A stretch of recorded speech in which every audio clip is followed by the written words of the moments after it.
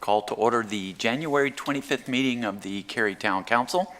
And at this time, I will recognize Councilmember Cone Johnson, who will lead our ceremonial opening.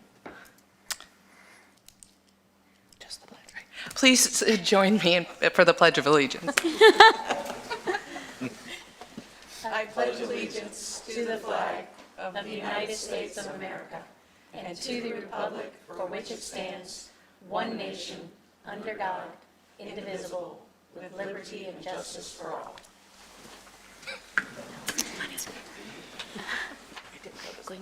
First order of business is to adopt the agenda. There has been one change to the agenda. The developer for 22 REZ 18 Trinity Road townhouses has asked that this item be removed from tonight's agenda, and it will return at a future council meeting.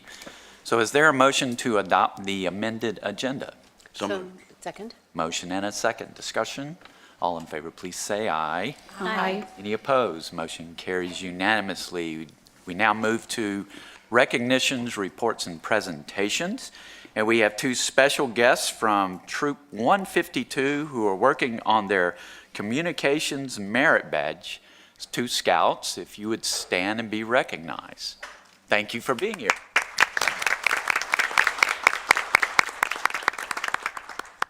Our next agenda item is Public Speaks Out. We've included instructions for speaking at this forum on the online and printed agenda.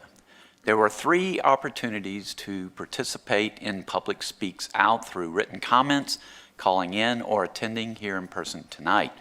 If you are here in person and would like to speak, I would ask that you take a seat in the rows that are highlighted.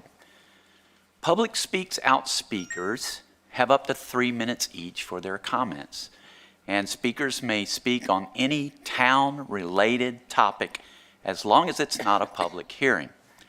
The 3-minute time limit will be enforced, not to be rude, but to be fair to all of our speakers. There's a timer on the podium. When you start speaking, it will be green, and when there are 30 seconds remaining, it will turn yellow, and when your time is expired, it will flash red, and that will be the point I will interrupt you. Again, I'm not trying to be rude, but to be fair to all of our speakers. I thank everyone in the audience for understanding and respecting that this is a business meeting. Please do not applaud, make remarks from your seats, or anything else that may distract from this meeting. So now is the time for Public Speaks Out, and first I'll call on our town clerk to read any comments and call on any registered speakers. We had 3 written comments and 1 registered speaker. Alan Madema expresses complete support for 22 REZ 18 Trinity Road Townhomes rezoning project, emphasizing the positive impact it is expected to have on the Cooper Properties community, including his own properties on Deerwood Place and Old Trinity Circle. Mary Collins expresses support for the restoration of Ivy Ellington House while raising concerns about the budget.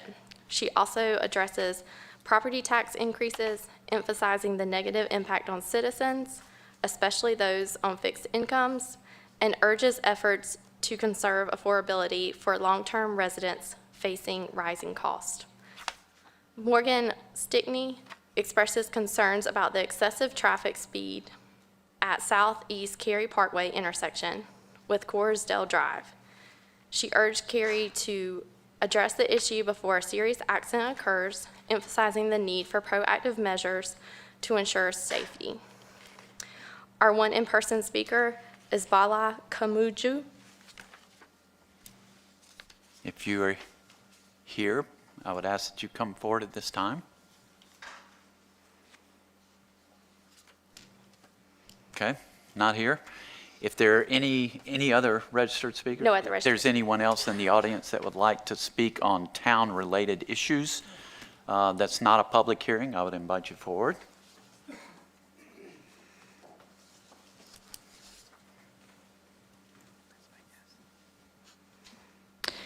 Good evening, Council. My name is Renee Miller. I am a Cary resident. One of the hottest topics on local social media lately has been the pedestrian and automobile traffic downtown. As expected, the downtown park has quickly become a destination attracting visitors from all over Cary and the surrounding area. Now we are seeing pedestrians in numbers that we haven't in a long time, if ever. If you get on Facebook or Nextdoor or other local social media, you'll see pedestrians ranting about careless drivers and drivers upset about pedestrians who are jaywalking. I've experienced both, been the pedestrian unseen in a crosswalk and a driver trying to avoid walkers stepping out from between parked cars after dark. I've spent a couple of evenings on Academy Street in the past week, and I have made a few observations. Clearly, some thought has been put into the lighting of the crosswalks at night. There are double the number of lamps at most of the crosswalks on Academy Street, but it's not working. First, the light goes up and out rather than down to the sidewalks. The light is blue or white instead of the golden from the park and the Arts Center, which draws the eye up and away from the street surface. And finally, the lighting creates shadows at the street level that hide pedestrians from drivers, even when they are in the crosswalks. Interestingly, the same problems do not exist at the lower end of the park. Downlighting on Park Street is the same color as the surrounding lighting, which makes it easier to see at the street level. We should experiment with some temporary downlighting on Academy Street at each crosswalk and see if it helps drivers see better and invites pedestrians to use the crosswalks. We could also change the color of the light bulbs.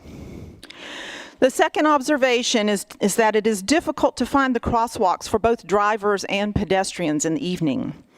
We have beautiful brick pavers, but the easiest crosswalk to spot is the one that is bordered by reflective paint.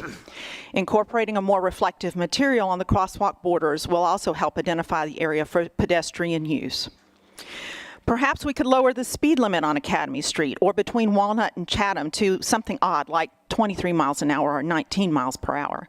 Speed limits like that get noticed. Providing crossing guards during bigger events is another possibility. Could we work with the police department to develop some volunteers to help with that? It would also help identify official pedestrian crossings and hopefully be more used by foot traffic. A little education also never hurts. Developing some sort of stick-in-the-brain safety education for both drivers and pedestrians would help raise awareness to these issues. I'm reminded of the Star Wars-themed signs on the greenways during COVID.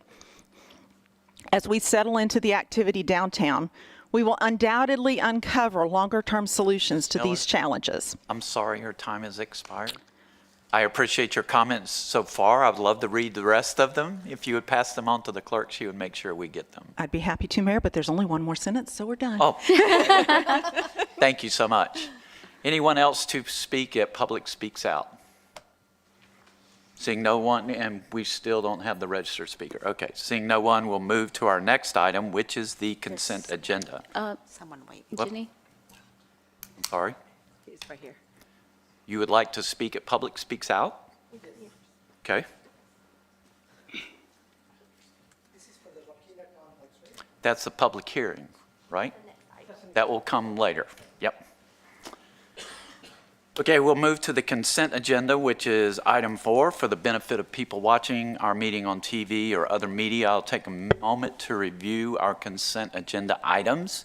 Please know that one vote approves all of these items. On the consent agenda, we have the Ivy Ellington House Rehabilitation Bid Award. And we also have the technical revisions to Policy Statement 143. Would a council member like any of these pulled from consent for discussion? If not, I would entertain a motion to approve the consent agenda. So moved. There's a motion to approve Second. and a second. Discussion? All in favor, please say aye. Aye. Any opposed? Motion carries unanimously. We now move to public hearings. Same rules apply for public hearings that applied for Public Speaks Out with one exception. Speakers now have 5 minutes each for their comments. Our first public hearing is 22 REZ 23, Waukena Towns rezoning, and Senior Planner Aaron Puckett will introduce the item. Council will not take action on this rezoning tonight. It will be referred to our Planning and Zoning Board for their review and recommendation at a later date. Ms. Puckett. Thank you, and good evening, Council. This is a request to rezone approximately 12 acres located at the western end of Wakena Road at its intersection with Highcroft Drive. The subject property includes 2 parcels and portions of 2 others, with the resulting rezoning boundary shown here. I'd like to take a moment to talk about the somewhat oddly shaped rezoning assemblage, which leaves out large portions of 2 parcels. While this is somewhat unusual, the reason for this oddly shaped rezoning is due to the boundary of the existing zoning districts. This is more clear when shown on the zoning map here.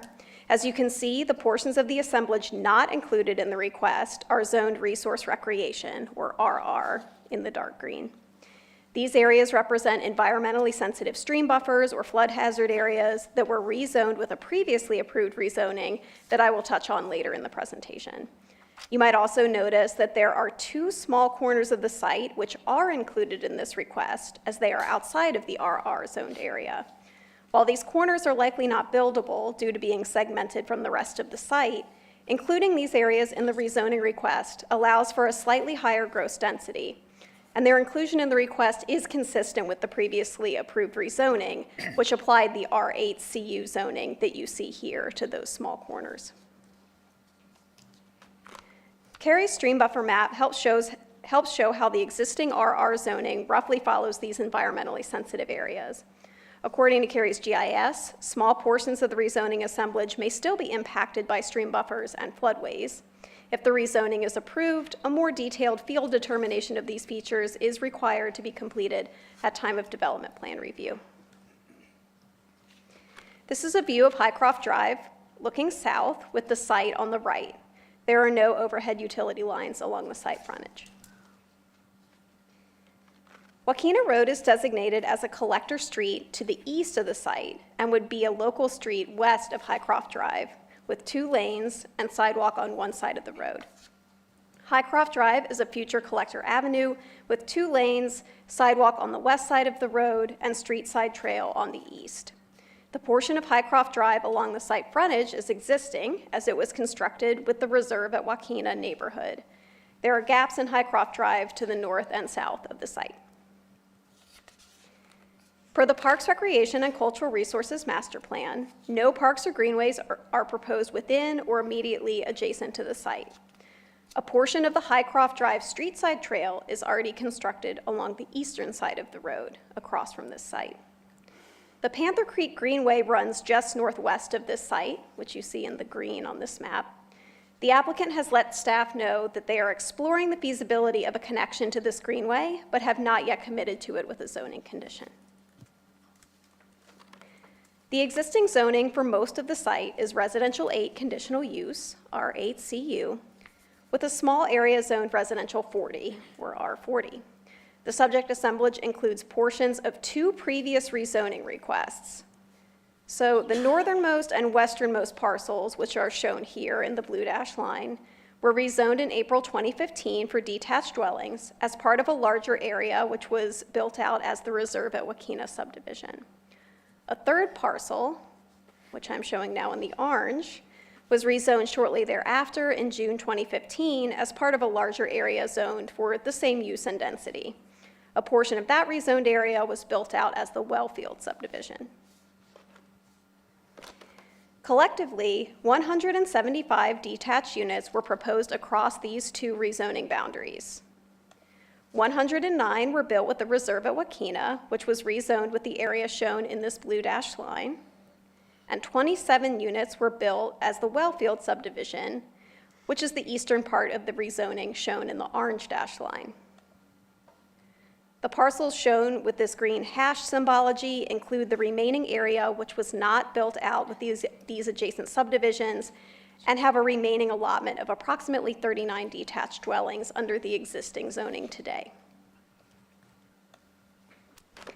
The applicant proposes to rezone these R8CU areas along with the small R40 parcel to Transitional Residential Conditional Use, or TRCU. And the applicant has also offered several zoning conditions, including limiting development of the site to a maximum of 72 townhouses, neighborhood recreation and accessory uses, limiting each townhouse building to a maximum of 5 units, and for comparison, the LDO limits townhouse buildings to 5 units unless they are alley loaded, in which case buildings could have up to 8. Wiring garages to allow for future EV charging, providing a minimum of 10,000 square feet of community gathering space, which is approximately 4 times the LDO requirement. There will also be at least 2 gathering areas, and each individually must be at least 3,000 square feet. The applicant has also offered several architectural commitments.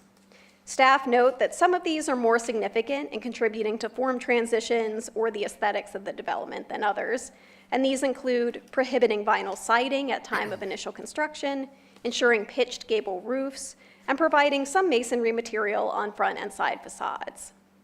There are several more minor architectural commitments that have also been offered, which include a small facade offset between units, carriage-style hardware on garages, and window grids on front elevations. A preliminary analysis against the Imagine Cary Community Plan finds that policies in the Live, Work, Shape, and Move chapters apply. The proposal for townhouses at this location would help address Live policies regarding housing choice, as townhouses currently make up the smallest share of existing housing in a half-mile area at about 12%. The assemblage is also largely surrounded by newer detached residential neighborhoods, so it could help introduce housing diversity to this developing area. Similarly, smaller lot housing types can help support a diverse workforce, thus supporting the associated work policy.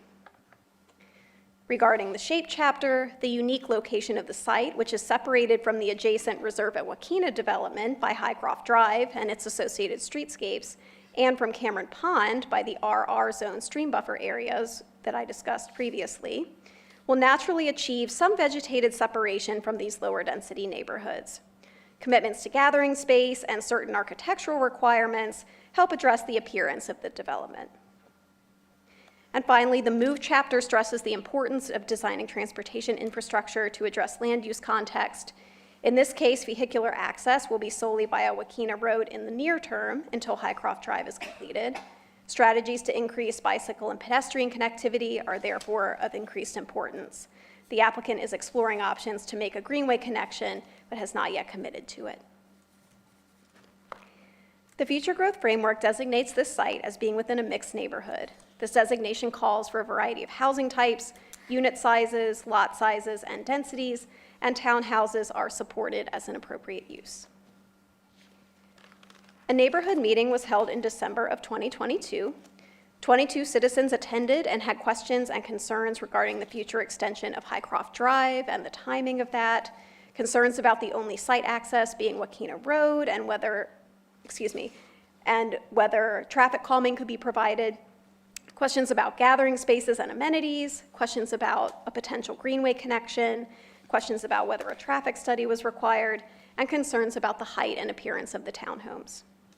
Staff received 2 emails since the neighborhood meeting. One citizen had follow-up questions about the Highcroft Drive extension and improvements, and another simply wanted information about the council meeting. Staff mailed public hearing notification to property owners within 800 feet of the site, which exceeds the state's and Cary's LDO requirements, and staff also posted public hearing signs on the property. This concludes my presentation. The applicant's representative, Neil Ghosh, is here to provide comments, and following the public hearing, I'm available for questions. Thank you, Ms. Puckett. Thank At you. this time, I would invite the applicant's representative forward.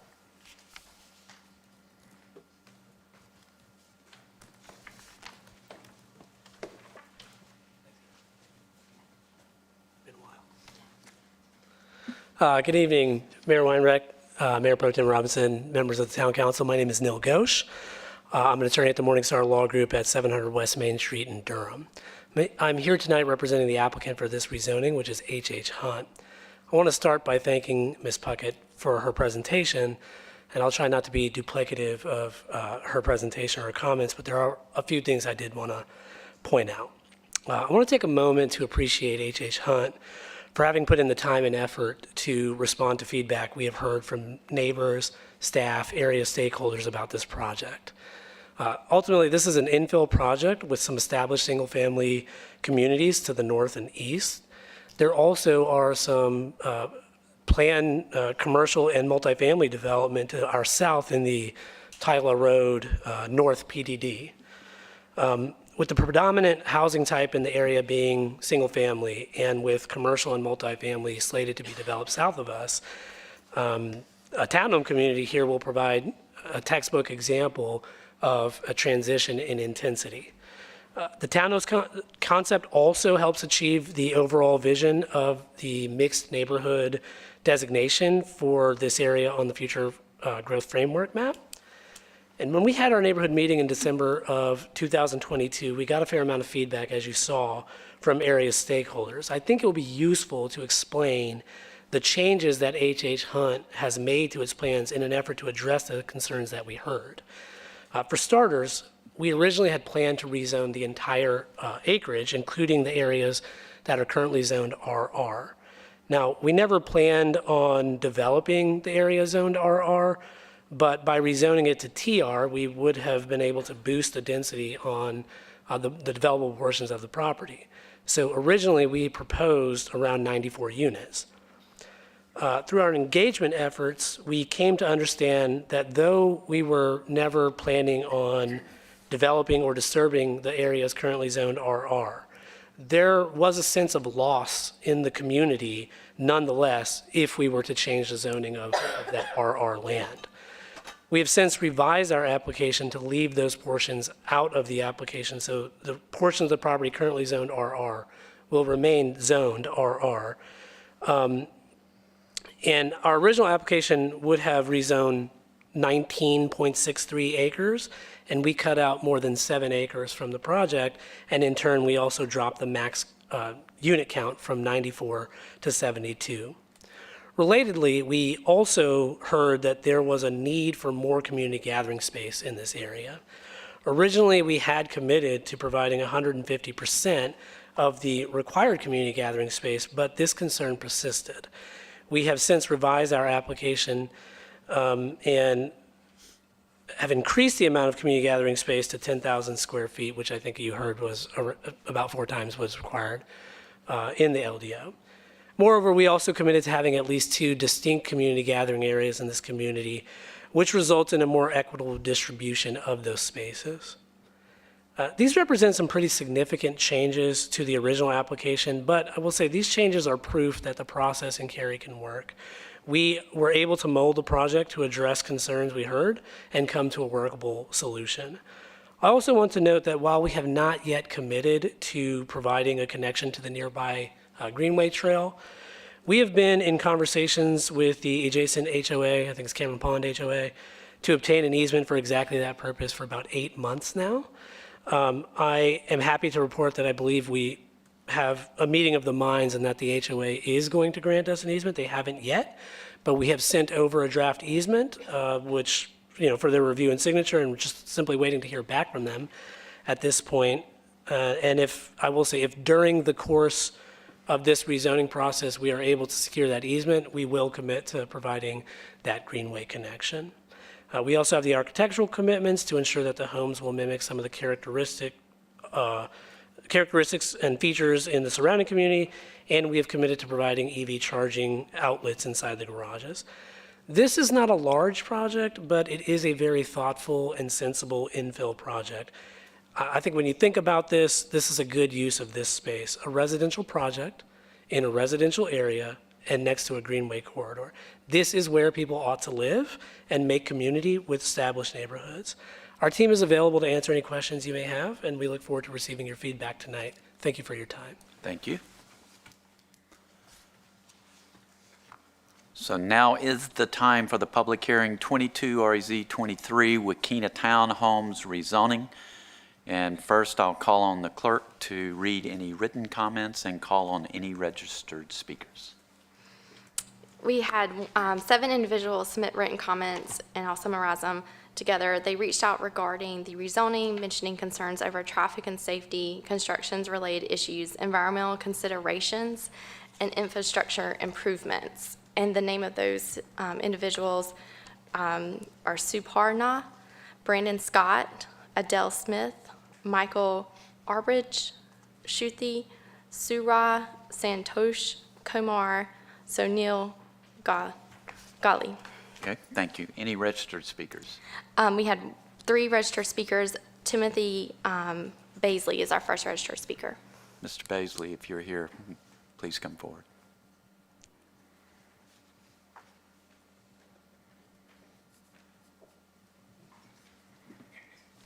Oh, I had 5. We ran out of print. Can you move to your left, please? Thank you. Thank you. I didn't have time to print for myself today. First, I wanted to thank the Town Council for the opportunity to speak this evening on the Waukeena Town's rezoning and the broader trends and development in West Cary. My name is Tim Baisley, and I live on 1316 Merrifield Drive in the Reserve Waukeena community. I live there with my wife, Rachel, and our 3.5-year-old son, Brooks, and our 11-month-old, Charlie. I'm also a board member on the Homeowners Association there. We've really enjoyed our 2.5 years here, and I want to first thank both Town of Cary staff and leaders for the professionalism, engagement, and transparency in how the town has been built over the years and how it runs today.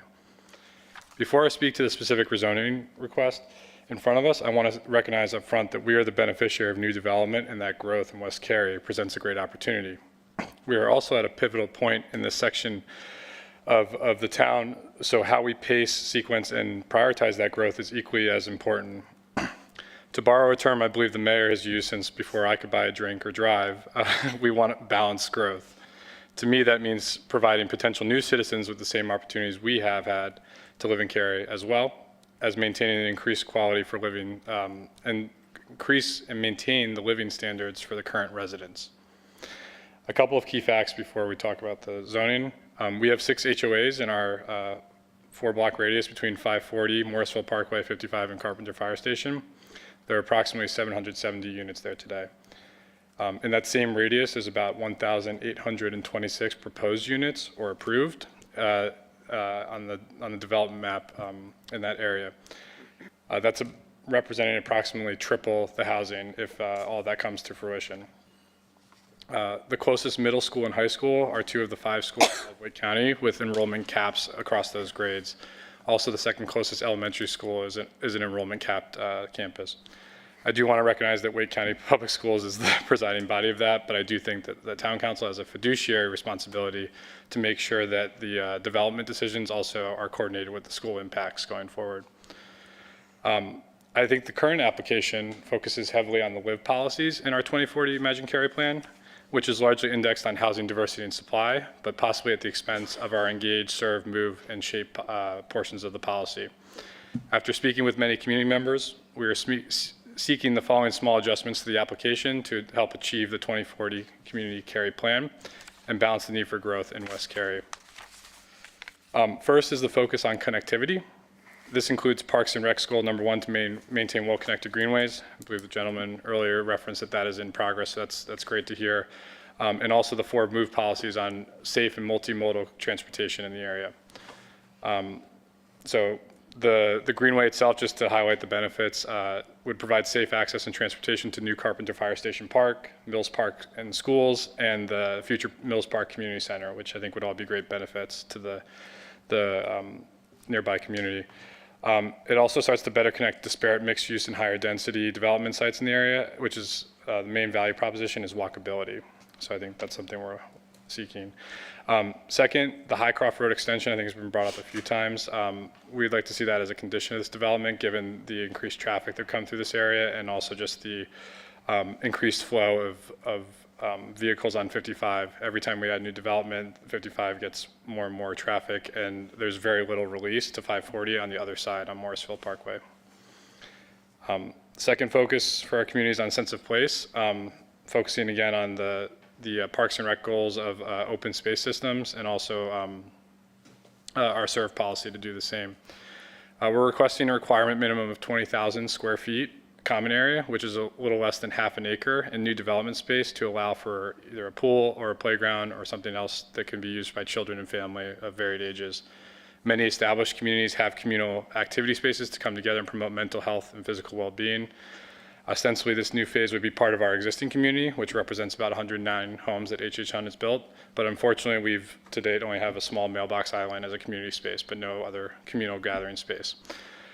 This leaves little usable space for community events, interactions, and play for families to come together, and this would help better integrate an existing community with a new community.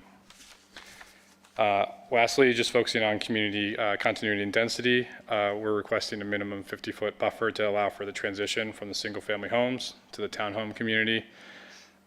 Potentially consider limiting the number of townhomes unless the Highcroft Road extension can be completed in terms of traffic and flow, because Wakena is a high pedestrian and high visibility area for kids and other people walking around.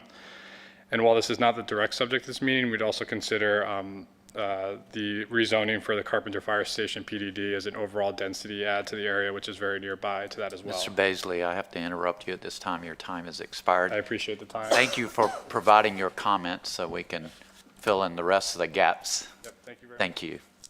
Next registered speaker is Bill Stolpe.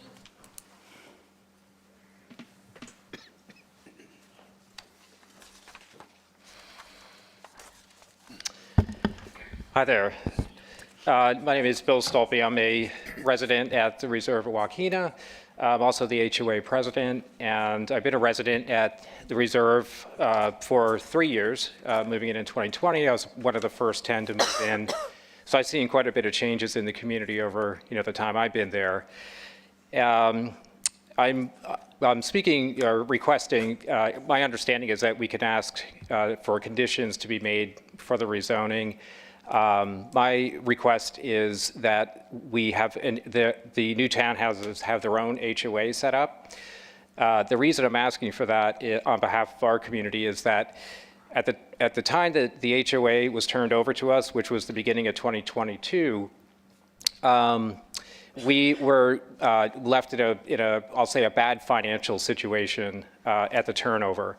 And that was because HOA fees were set at about a third of what the operating costs were, and we didn't have enough revenue to build reserves, which is part of our contractual agreement as part of our declaration. So it's kind of left our community in a tough financial situation, which we are now having to dig ourselves out of. This year, at the start of the year, we reset the HOA fees pretty considerably, and that created a lot of churn in our community. But as the board, it's our obligation to run the Reserve of Wakena like a business, that generates revenue and has expense just like any other business. So we had to make that move. My concern is that H.H. Hunt has shown no willingness to work with our community or to work with our board. They are completely disengaged.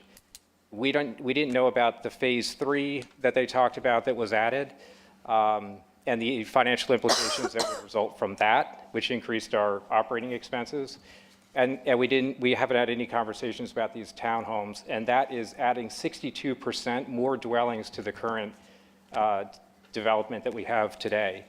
So we don't know what that's going to do, to having to manage the community expenses and what that's going to do, to our budgets and things of that nature. So I would really like to see or consider the best outcome would be their own HOA. If we can't get that, then I would at least ask that we're part of an amended HOA declaration that we have input to or we have decision-making rights over, and that more. I will underscore the more common space. I think that's going to be critical. We actually have none, and we have. It's a large community, and as you heard, we only have the common mailbox space, so that's not really adequate. And then I'd also propose that one of the conditions is that new residents that move in have to pay some kind of a catch-up fee, so that the community's been paying into the HOA funds for 3 years, so the townhomes are going to get the benefit of having, reserves and those expenses. So it feels that would be a proper thing to help offset some of the rising costs that we're going to incur. So with that, that's my request, and I thank you for your consideration. Thank you. Thank you. Thank you. Our last registered speaker is Suparna Kanjila.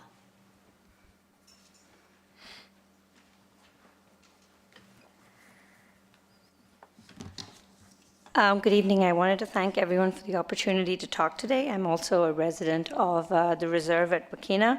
I used to live in Cary, moved far away, came back from the West Coast, and loving it back in Cary. One of the reasons why a lot of people move to Cary is because of the standard of living and low densities. A lot of people who we've seen move into the reserve at Wakena are people who moved from like areas like Boston and New Jersey, and one of the big draws is the lower density, the accessibility to parkways. So we want Cary to be mindful of that when they're proposing all these higher density things, is that one of the things people come to Cary for is the lower density. I have 2 young boys, and they play in our neighborhoods, and with a lot of the kids in some of the neighborhoods right next to us, including Wellfield and Indian Wells. And traffic and safety is one of my main concerns. A lot of the kids are just walking or biking around. As you see in this map, Wakena remains the main connector road to this new proposed subdivision. And it would require people to come off of 55 onto either Indian Wells Road, passing through the existing Indian Wells community, or passing through some of the new Carpenter Point townhomes, coming down Wakena, passing through our neighborhood, or coming in via Sedgefield, which is another residential neighborhood right next to us. They'll also be driving right past Wellfield. These are areas where kids are biking, kids are running on scooters, and that it is also the primary access for any of these residential neighborhood people to go to the YMCA, which is at the corner of 55 and Carpenter Fire Station. And we love that we can all go to the YMCA, but it's an issue if there's so much traffic. So we're requesting that at least the extension of Highcroft Drive be factored in, roads be widened. There are sections of Wakena and Indian Wells that don't have sidewalk and proper lighting. Those things need to be put in before new housing comes in. And taking data from the town of Cary's website, there have been 169 vehicle crashes on or around our section of NC 55, including 32 vehicle crashes that happened in 2023 alone. One has already been booked for the month of January 2024. Local channels such as ABC 11 have also reported on the large number of accidents related to scooters. So with all that, our neighboring community in Apex mourned the loss of a 10-year-old who passed away because of an incident between a scooter and a vehicle. We don't want it to come to that before we realize what's going on. So please factor those things in. Widen roads, have proper connectors so that traffic can go. Highcroft is a much bigger road. There should be access to Forestville Parkway and the new community through there rather than through all of our residential neighborhoods. And finally, like Bill, I moved into the neighborhood in early 2020. And in that time, there have been 4 or 5 constructions that have happened, and there are at least 3 that are currently going on. And I just want to have one day where I wake up to the sound of birds chirping rather than the constant noise of hammers and nail guns. It would just be pleasant to have that. So we're asking also for you to slow down so that you can give us some respite. Let the new communities, who have been there for the last 2-3 years, enjoy the community, enjoy the sound of birds. And likewise, I just want to point that I find it a little ironic that the town of Cary is allowing all this rezoning and the removal of native trees on one hand, and then, having a My Tree, Your Tree program, and then handing out, native trees to residents in these communities to then put in their backyard with limited space. Just seems kind of ironic. I just wanted to point that out. We're requesting green spaces connecting to local greenways and trails such as Panther Creek Greenway. It would be great for the kids to be able to connect to trailways and we would love to have a park. We do not have any kind of common space in our area. Community spaces such as a water feature, a park with a swing and slide, or pickleball seems to be the thing of the season. It would be great to get something like that. Trail for folks to walk through the community and connect to other greenways. But primarily what we're asking is, we're not against anyone else moving to there. We would love for there to be more people, but the infrastructure needs to be there before all this rezoning is allowed, widen the roads, get the traffic, the lights and traffic calming procedures, sidewalks, let all this come in and give us a little bit of a time to enjoy our communities before, we get even more people pushed in over there, and let people enjoy Cary. That's it. Thank you so much. Thank you. Any other registered speakers? No other registers. If you are in the audience and would like to speak at this rezoning, now is your time. And I'd ask if there's more than this speaker, that you take a seat in the rows to my right that we've reserved for speakers. Hi, good evening, everybody. My name is Bala Kamuju. I live in Wellfield community, and I'm one of the first guys to move into the community, and we are surrounded by Indian wells. In fact, I was a homeowner at Indian Wells, then again moved to Wellfield, and I also bought it in Wakena, came out of Wakena, so I ended up settling down at Wellfield.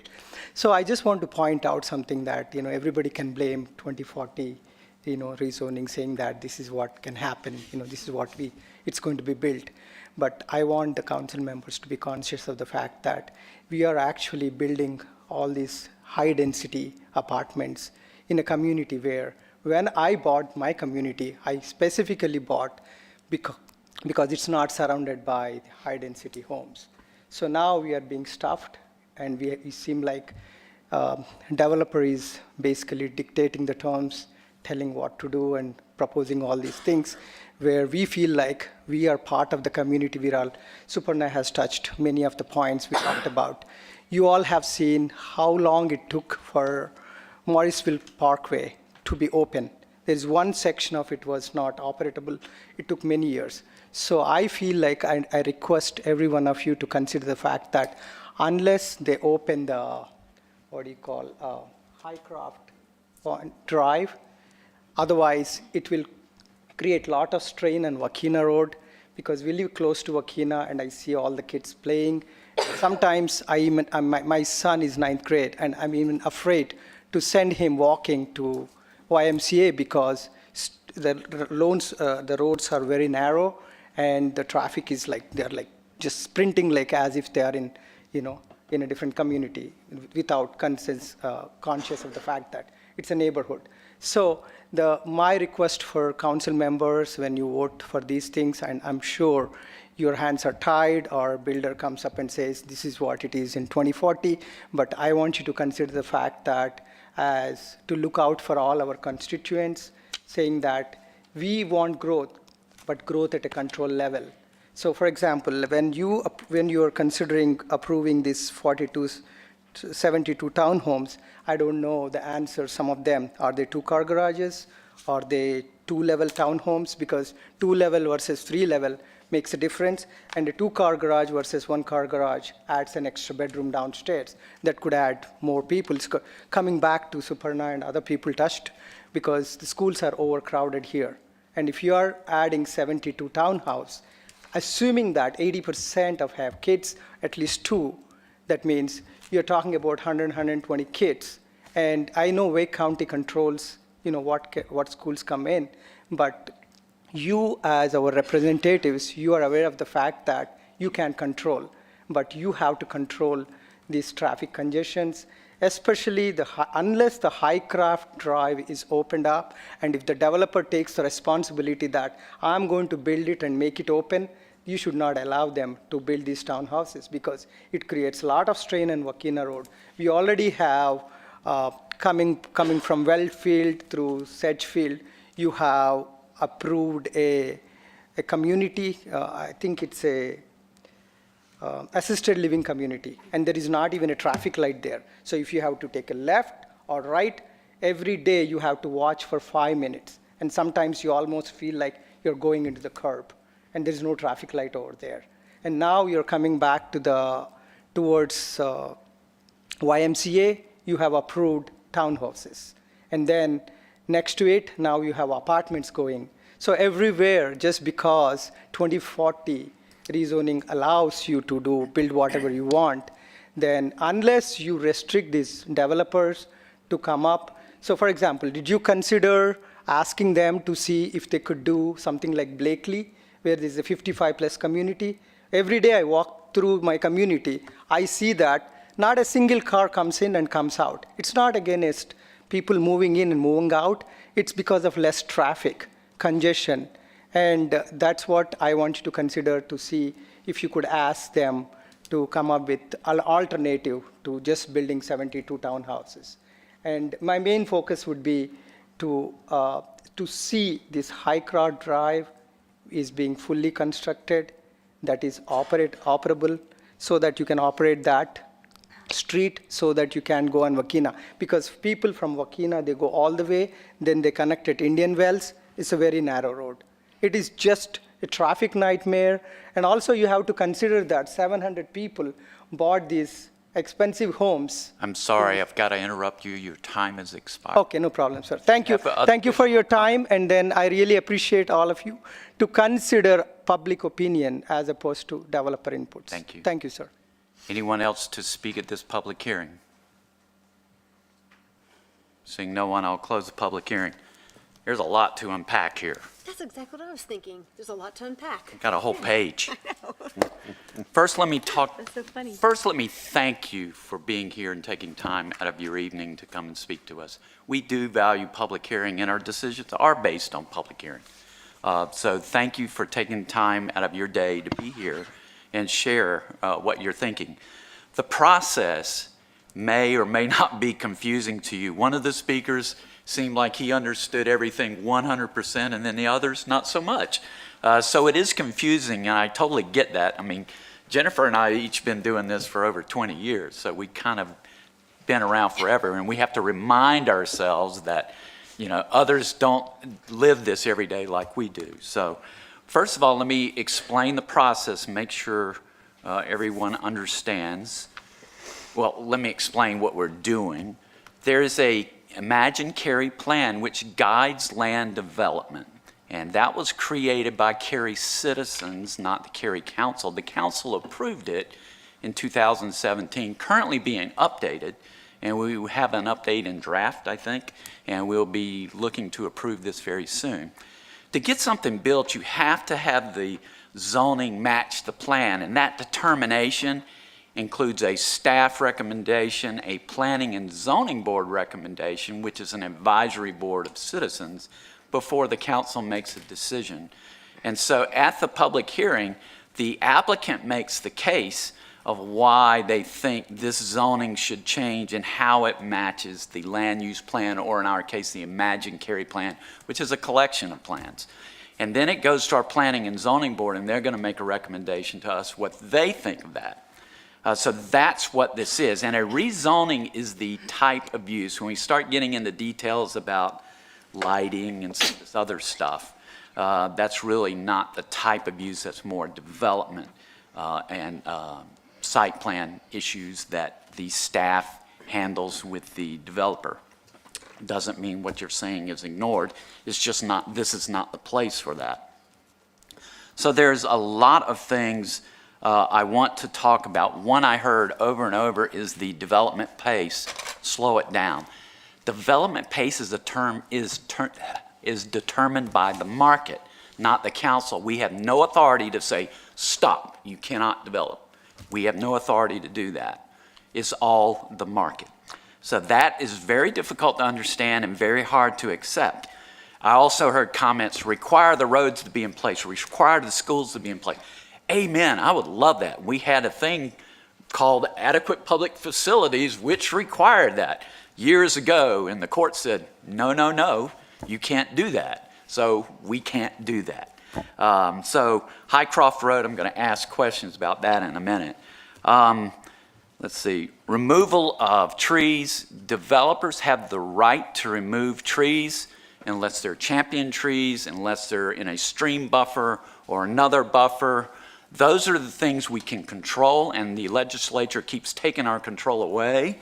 But we try to control what we can, and we try to preserve as many trees as we can. Our canopy's at 50%, and we're trying very hard to grow it. I heard a cynical comment that, you know, we don't care. We very much care about our trees. Downtown Cary Park, for an example, we planted 600 trees, preserved 36 legacy trees, and 66,000 shrubs just in 13 acres. So we really care about our trees, and we want those trees to be part of our community. Another comment I heard, which is really disturbing, is developers dictating terms to council. That is comical because it's the opposite. Developers come to Cary, they kind of know what to expect, and they never usually make it past staff if they don't know what to expect. 90% of applicants that come to planning never get past them to the council because they can't produce what we expect. And what we expect is you to match the Cary community plan. Let's see. Other high densities. Again, this is about matching the Cary community plan. The staff report talked about the housing in that area, and that's what they're going on. Again, I realize all these things are happening all at once, and it seems like a lot, but we cannot control the pace. We can control the type. Let's see. Schools overcrowded, I talked about that. Again, that would be adequate public facilities. I can tell you we communicate with the school system a lot, and they're very aware of what development is coming and how fast it's coming. Their problem is funding, and they don't have the money or the land to build schools fast enough, in my opinion. Not allow townhomes to rebuild I'll get back to that. Having approved traffic lights, we don't have authority, kind of dancing on a shaky ground there. We measure the drivers used by NCDOT to put in traffic lights. And I'm looking at staff and they're like, yeah, well, sort of. So we can request traffic lights be put in, and we can ask traffic lights be put in, but they've got to meet NCDOT criteria. We can request that a warrant study be done. Yes. So when you say that you didn't put in a traffic light, well, yeah, there's a reason for that, but we can continue to look at that, and we always do. Let's see. Restrict development and ask for, I think it was 55 and over. I don't think we have authority to do that. I know we don't have authority to do that. We can certainly ask, but usually their business model is determined before they come to planning, before they come to staff, so they're not going to change that business model at this point. They would have to start over. And then not allowed to build townhomes. I want to play out that scenario, and this is my opinion. My colleagues can disagree with me, but the way I see it is, if we turn down this proposal, which we very much can do if we don't like it, because we're looking for the best use of the land, they have to wait a year unless they get an exception. And then in a year's time, in my opinion, I think the demand grows and they come back with something more dense as a proposal, and that could be turned down. And it just perpetuates, and I think as time goes on, the proposals will be denser and denser. And the reason I say that is we have had steady job growth the last 10 years, and the job growth is expected to grow by 20% in the next 10 years. And the region is expected to double in population in the next 30 years. So the demand is there, and it's going to continue to be there, and it will drive up prices, it will drive up density, and that's going to be hard to control. Something to keep in mind when you're working with a developer, and that's my last point. I was really disturbed to hear that the developer is not communicating with the residents. That's a no-no in my book. You've got to talk to the residents. If you don't, you have a high hurdle to go over. Please talk with the residents. It's the best way to have a best outcome is when everybody is talking and everybody's looking for the best solution. And without that, we don't get the best solution. So that's what I'm asking of the developer. Please, yes, I know it's difficult. I have people yell at me all the time, so maybe they're yelling at you too, but that's part of your job. So please talk with the developers, talk with the citizens, listen to their concerns and try to work on their concerns. A lot of those were valid. I love the Highcroft connection. I want to hear more about that, and I would like to ask Aaron about that. What is required and what is not required? Is anything required of Highcroft, and who's going to connect all those pieces? So in terms of what's required of this development, that segment of Highcroft Drive along their frontage is already built. It was constructed with the reserve at Wakena. So there's nothing else further that we can require them to build along Highcroft Drive. And that goes back to the adequate, no, I think it was part of adequate public facilities when we required people to build off-site to Right, connect. it's similar. And we don't have that authority anymore. So there's really not a lot we can do to force that connection. They would just have to want to do that connection. Right, they could offer off-site improvements, we could not require them. Yep. I know I ranted and raved, and I know, Jennifer, you got a long sheet of questions, comments too, so I'm going to turn it over to you first. Do you want me to give Sarika first? a chance? Absolutely. It's Would your you like to district, next? Sarika. Go for it. Do you have a list of comments and questions as well? I think I see your point, but I also live there. And as a resident, I can feel the pain. I do feel that some of the items that were brought to the table, they're worth considering, like having a common area, having a place where, people can meet. And I think that will help bring a little bit more social aspect to the table. Traffic is definitely increasing, so having an assessment probably might help. We should also take a note of, in my opinion, some of the junctions that were mentioned that are high risk and add that to our list. I do feel that there are some noteworthy items and we should really look into it, but I do agree with the mayor that there could be things that, is just probably an optic that we can do something, but we can't because of one reason or the other.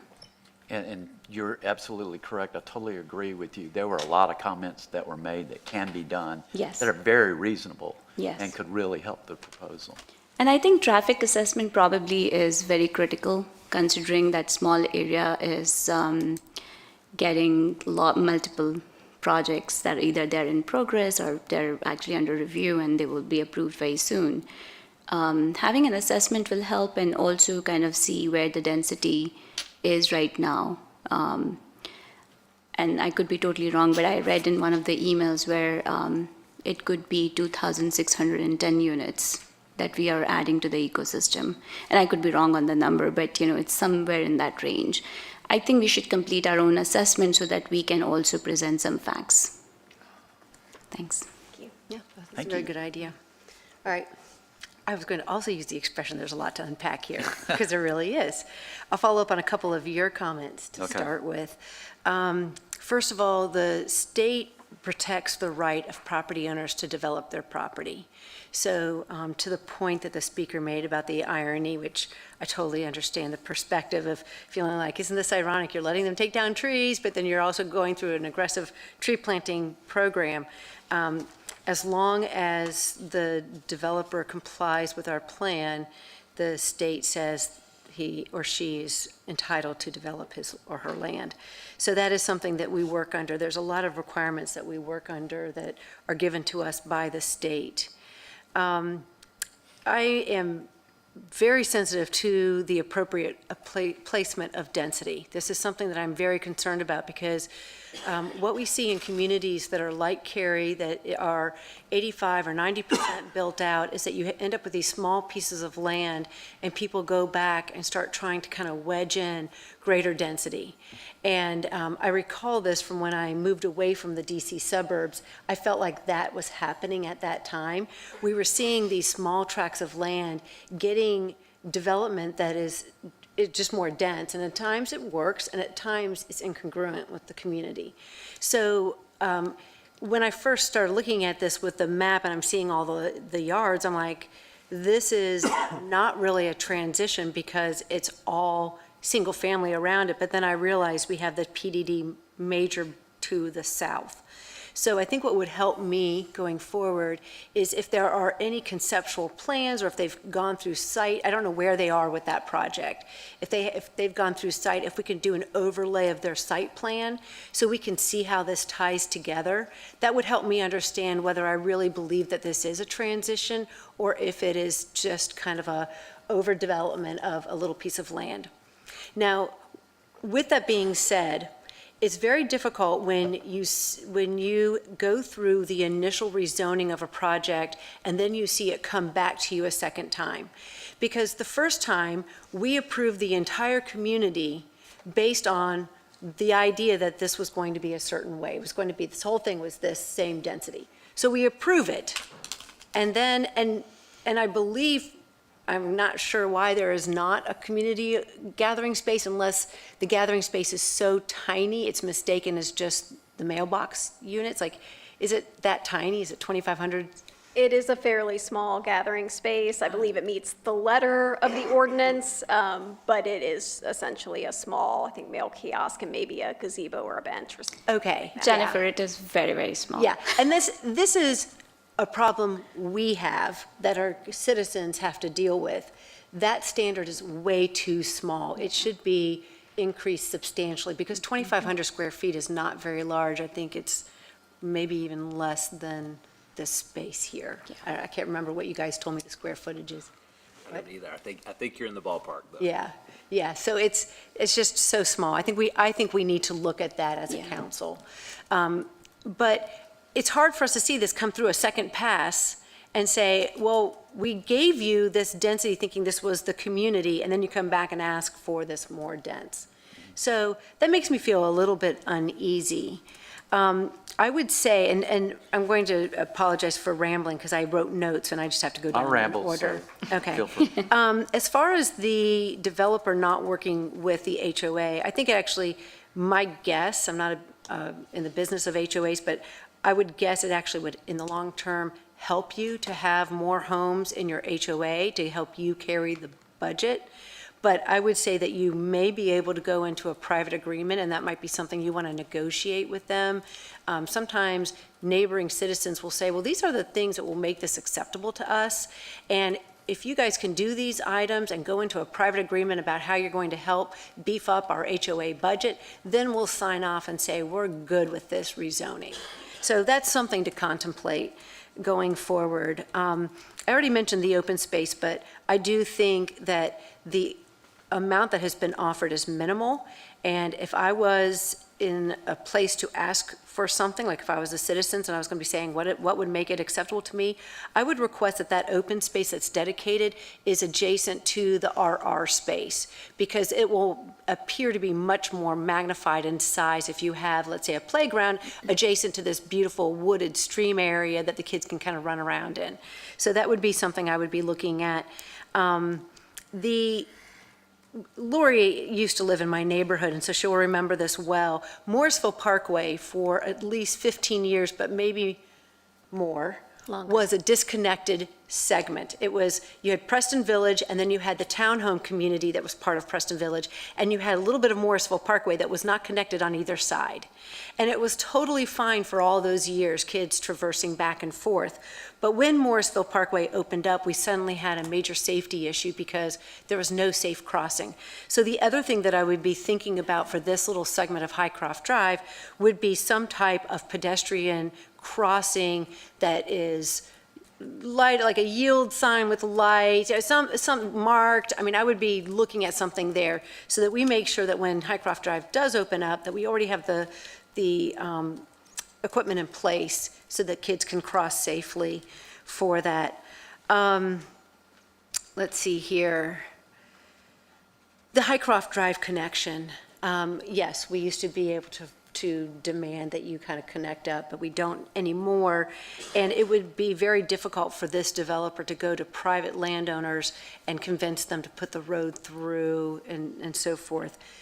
What could be an option is, if citizens felt very strongly about this, is that the citizens could ask the town, write letters and so forth, but not a lot of letters, just one nice organized letter, asking us to make the Highcroft Drive connections as part of a future bond so that we, the town, could go and finish off this road and give you all the relief that you need from having to do the circuitous route out to 55.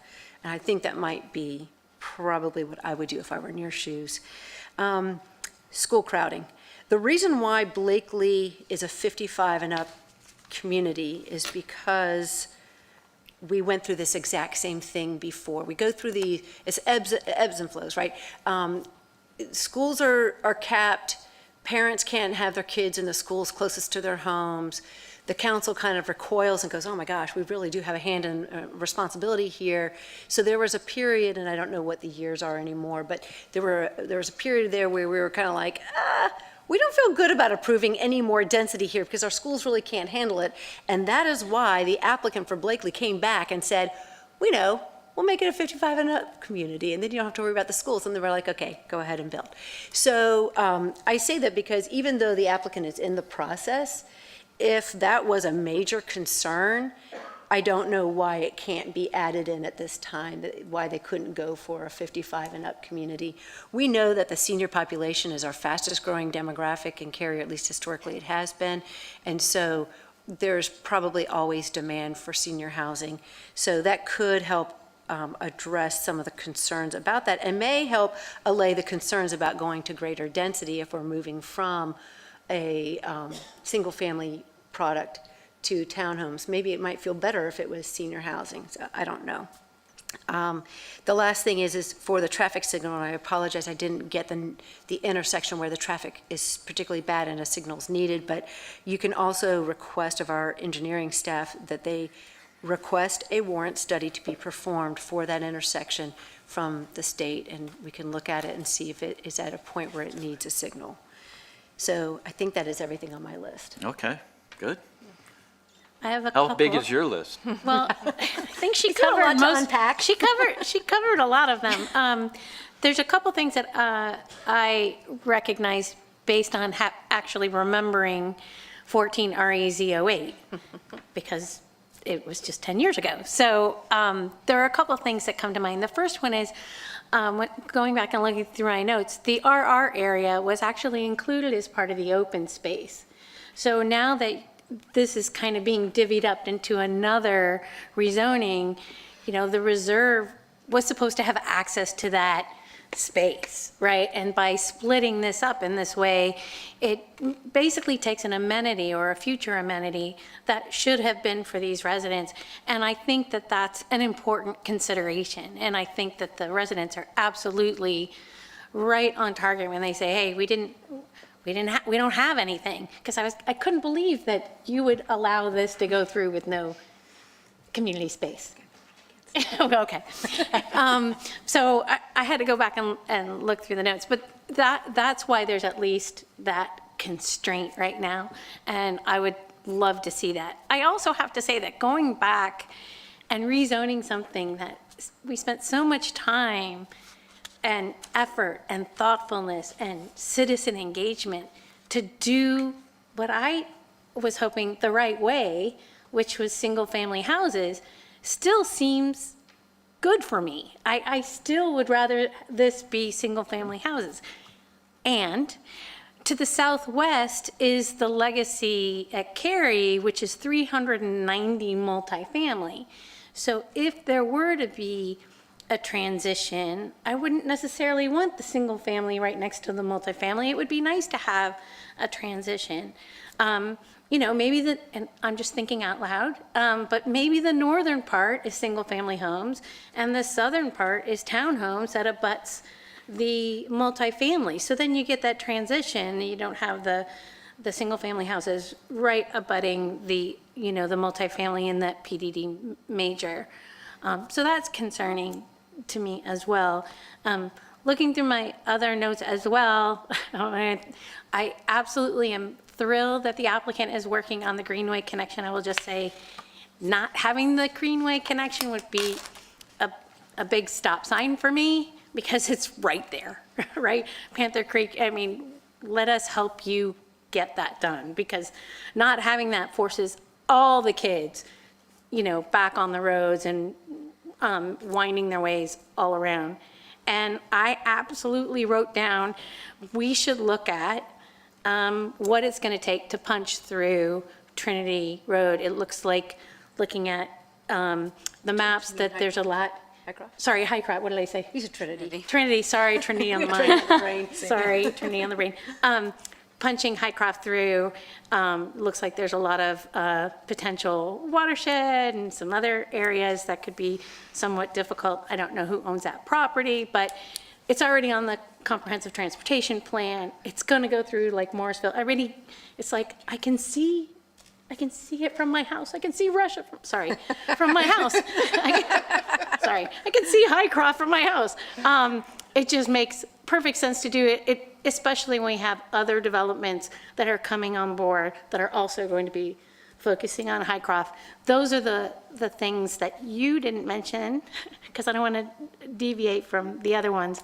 But yeah, I think this is a long process, and I don't want, we've sat in your seats before, all of us here, whether we were at the Planning and Zoning Board or whether we were residents coming to talk to council.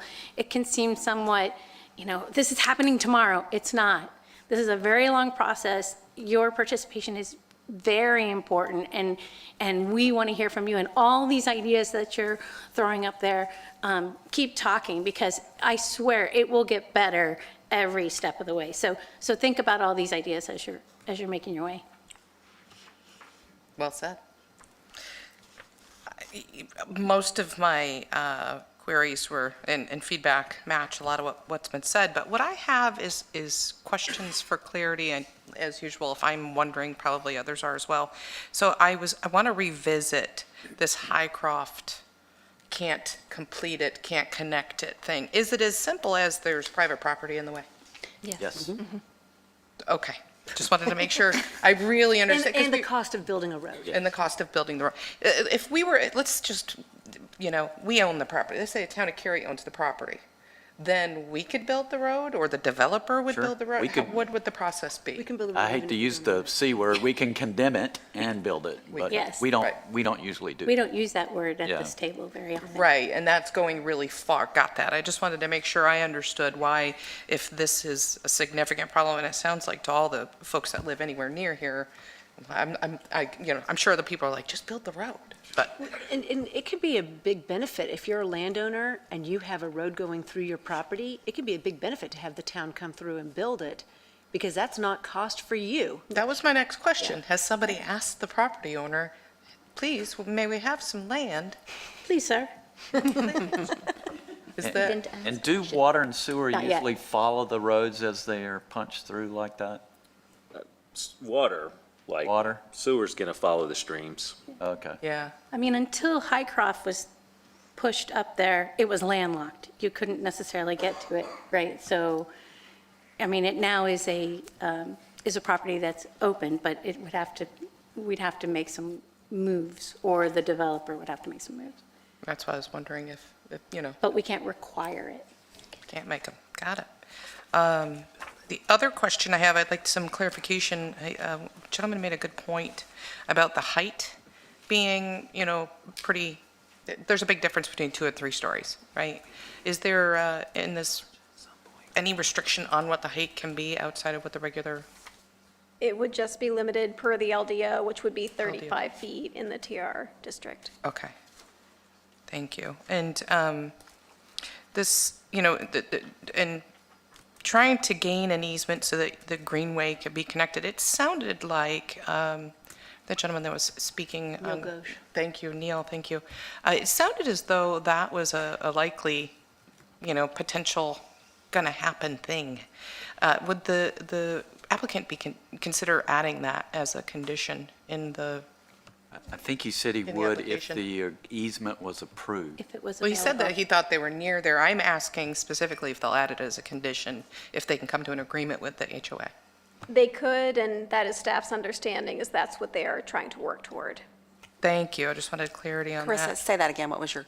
I wanted to know that, I wanted specifically to know that if the HOA, I believe it was at Cameron Pond, their HOA, if they did allow an easement for the developer to connect the greenway, if they would add that, if they come to that agreement, if they'll add that as a condition to the rezoning application.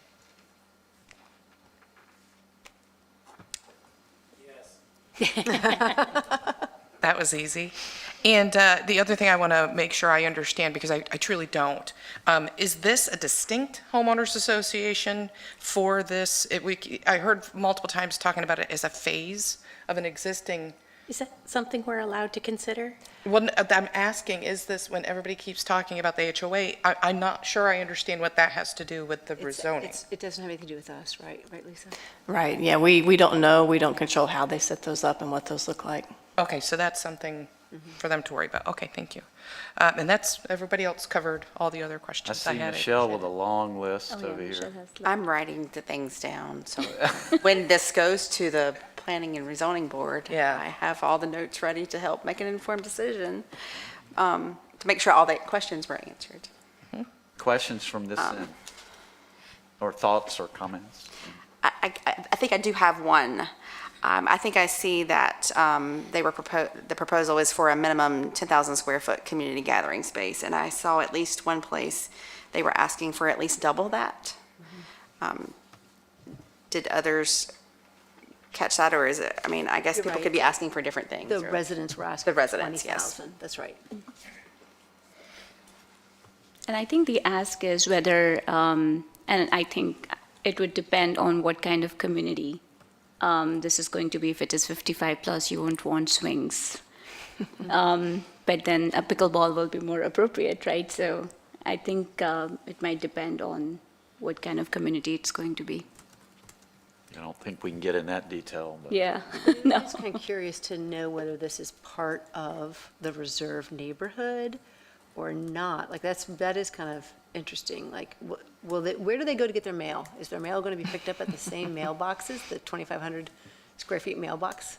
We would have to determine that at time of development plan. They would either need to provide their own mail CBU here, or we have had situations in the past where a future phase has added to the existing. There might not be the ability to fit more there, and again, we've got a future collector sort of segmenting this off, so I think it's most likely that they would have their own CBU for this portion if it were approved. But you think this is considered a latter phase of what is already built, so it's probably in the same HOA community? Just trying We can't really consider that. Okay, I was That just would be a kinda curious. private matter. Okay. other comments? Can I ask one more question to get clarity on the gathering space? I think I heard it described as distributed in 4 different areas? 2 different areas, a In 2. minimum of 2 is what they've committed to, so it could be more. They have to have at least 2 separate areas. So functionally, this could become 4 2,500 square foot gathering areas? It could, yes. Could they include the RR area in their open space designation, or is that part of the reserve at Volcanoes? Because they did take that zoning district out of their request, this would sort of be separate in and of itself. So that open space, I guess technically, is still part of the reserve. So is that maintained by the HOA? I would have to double check that. It is in separate ownership. These 4 parcels are owned primarily by the developer H.H. Hunt. So the portions of those RR areas are within these 4 parcels. So even though they aren't part of the rezoning, they are under the same ownership as this assemblage. Okay. So, I'm confused. So it's- They sorry, own let it, but they're not going to touch it. They're not Right, they cannot touch the RR area. It's not part of this rezoning. Most of it is in floodplain anyway. My point was just that the HOA, to my knowledge, does not own any of that RR area. That RR area is part of the parcels that are owned by the applicants in this case. Okay, so it is possible to do, I'm saying, what Jennifer suggested, which is back up the community space to the RR area and make it likely, at least seem, even though it might be only 2,000, square feet, I'm just making that up, it might actually be 10,000, should you actually do the work to figure out how big that is? And could they do that? Could they provide that information as a condition in, We could probably even though it's figure not out part a of the way rezoning? to write that, give some locational information around the gathering space if the applicant wanted to commit to something of that level of detail. All right, thank you. And that area can be accessed by reserve at Wakena as well? They would likely need to specify that somehow through the condition, but we could work with legal through those. Accessibility is important. So help me understand. So they're saying that they will have at least that minimum of 10,000 square feet dispersed at least between two areas. Yes. But there's no max. They could take that 10,000 square feet and put it between 10 different community gathering spaces. Yes, except that they also have this additional condition, and I apologize, it's not specified on this slide, but under that 10,000 square foot condition, there's also one that they have to have at least two spaces, and they can't be less than 3,000 square feet. Each one has to be at least 3,000. Yeah, so they could have 10 spaces, but then that would be huge. Okay, so technically they could have 3 spaces. Yes. They could have 3 community spaces. Okay. They could have more than the minimum they're committing to, certainly. Yeah. Yeah. Okay. Lots of opportunity. There's a lot of opportunity for improvement here. Mr. Smith? Yeah, have no, I something think you that's like to great. Yeah. I'm sorry. Got it? No, I'm just saying, I think Good. it's great. Yeah, I'm satisfied with that. I hope you're not confused out there.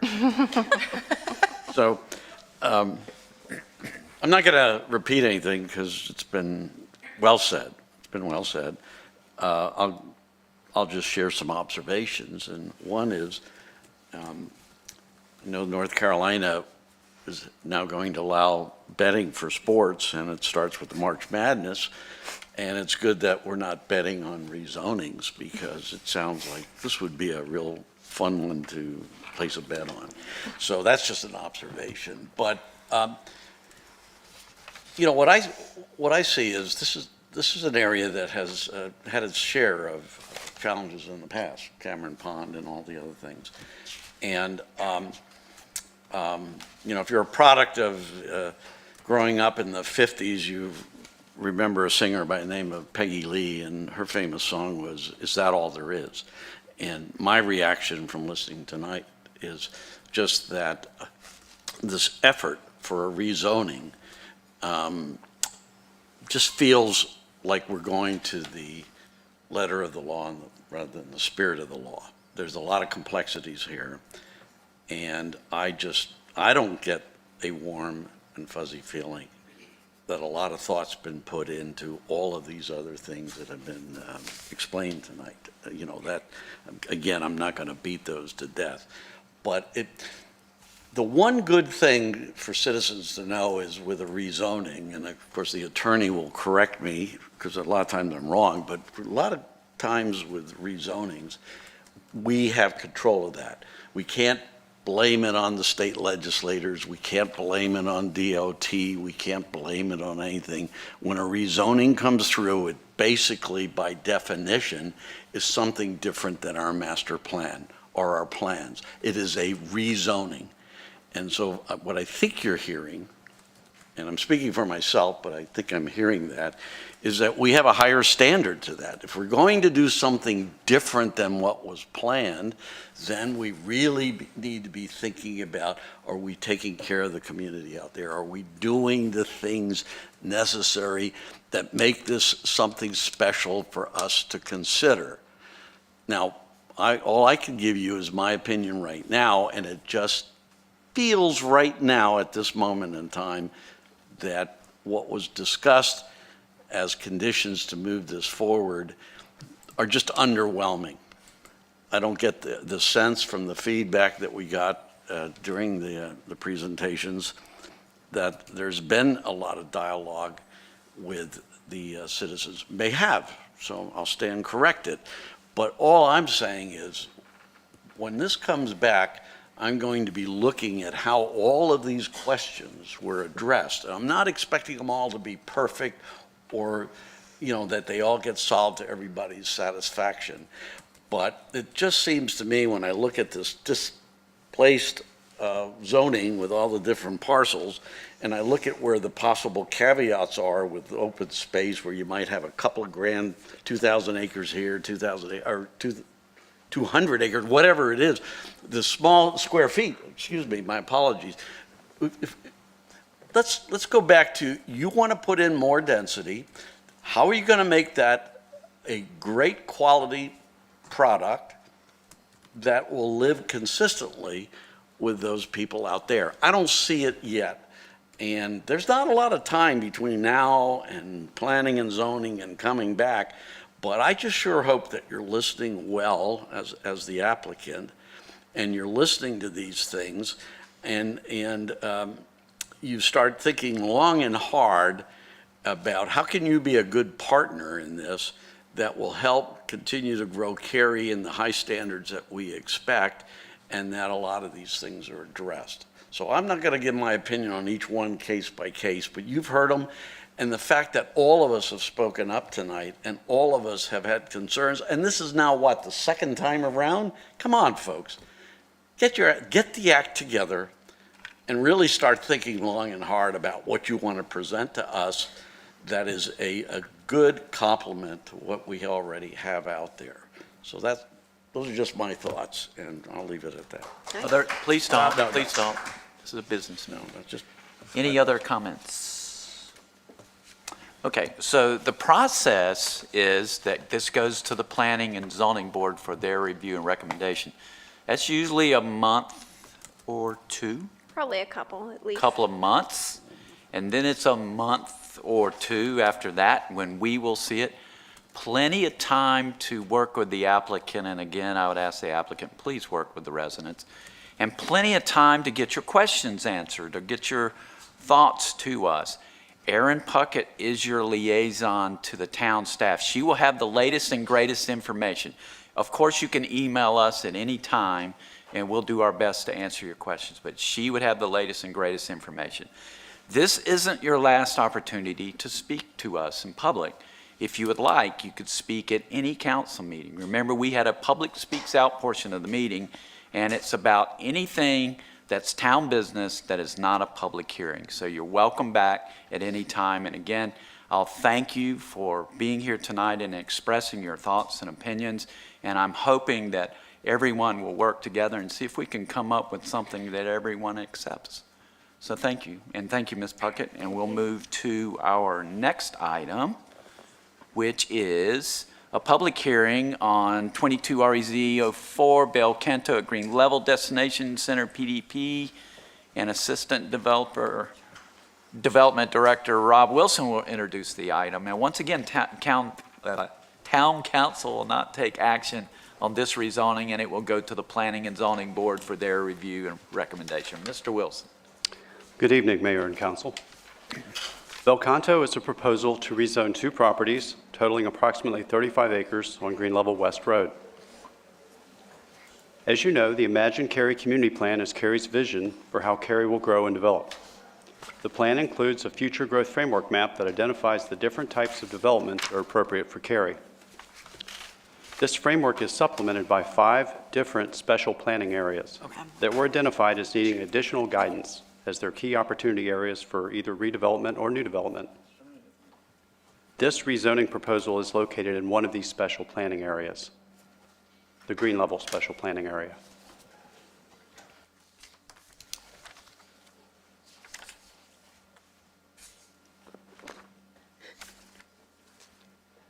The Green Level Special Planning Area is broken down into 5 sub-areas.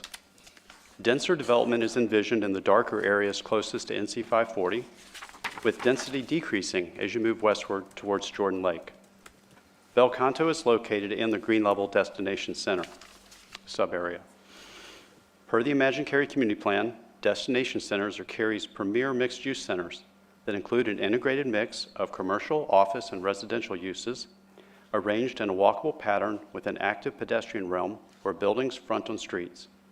Destination centers are also intended to contain the greatest development intensities found in Cary.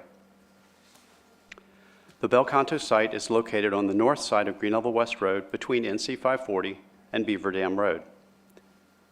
Duke Health is located on a 70-acre tract immediately east of Bel Canto.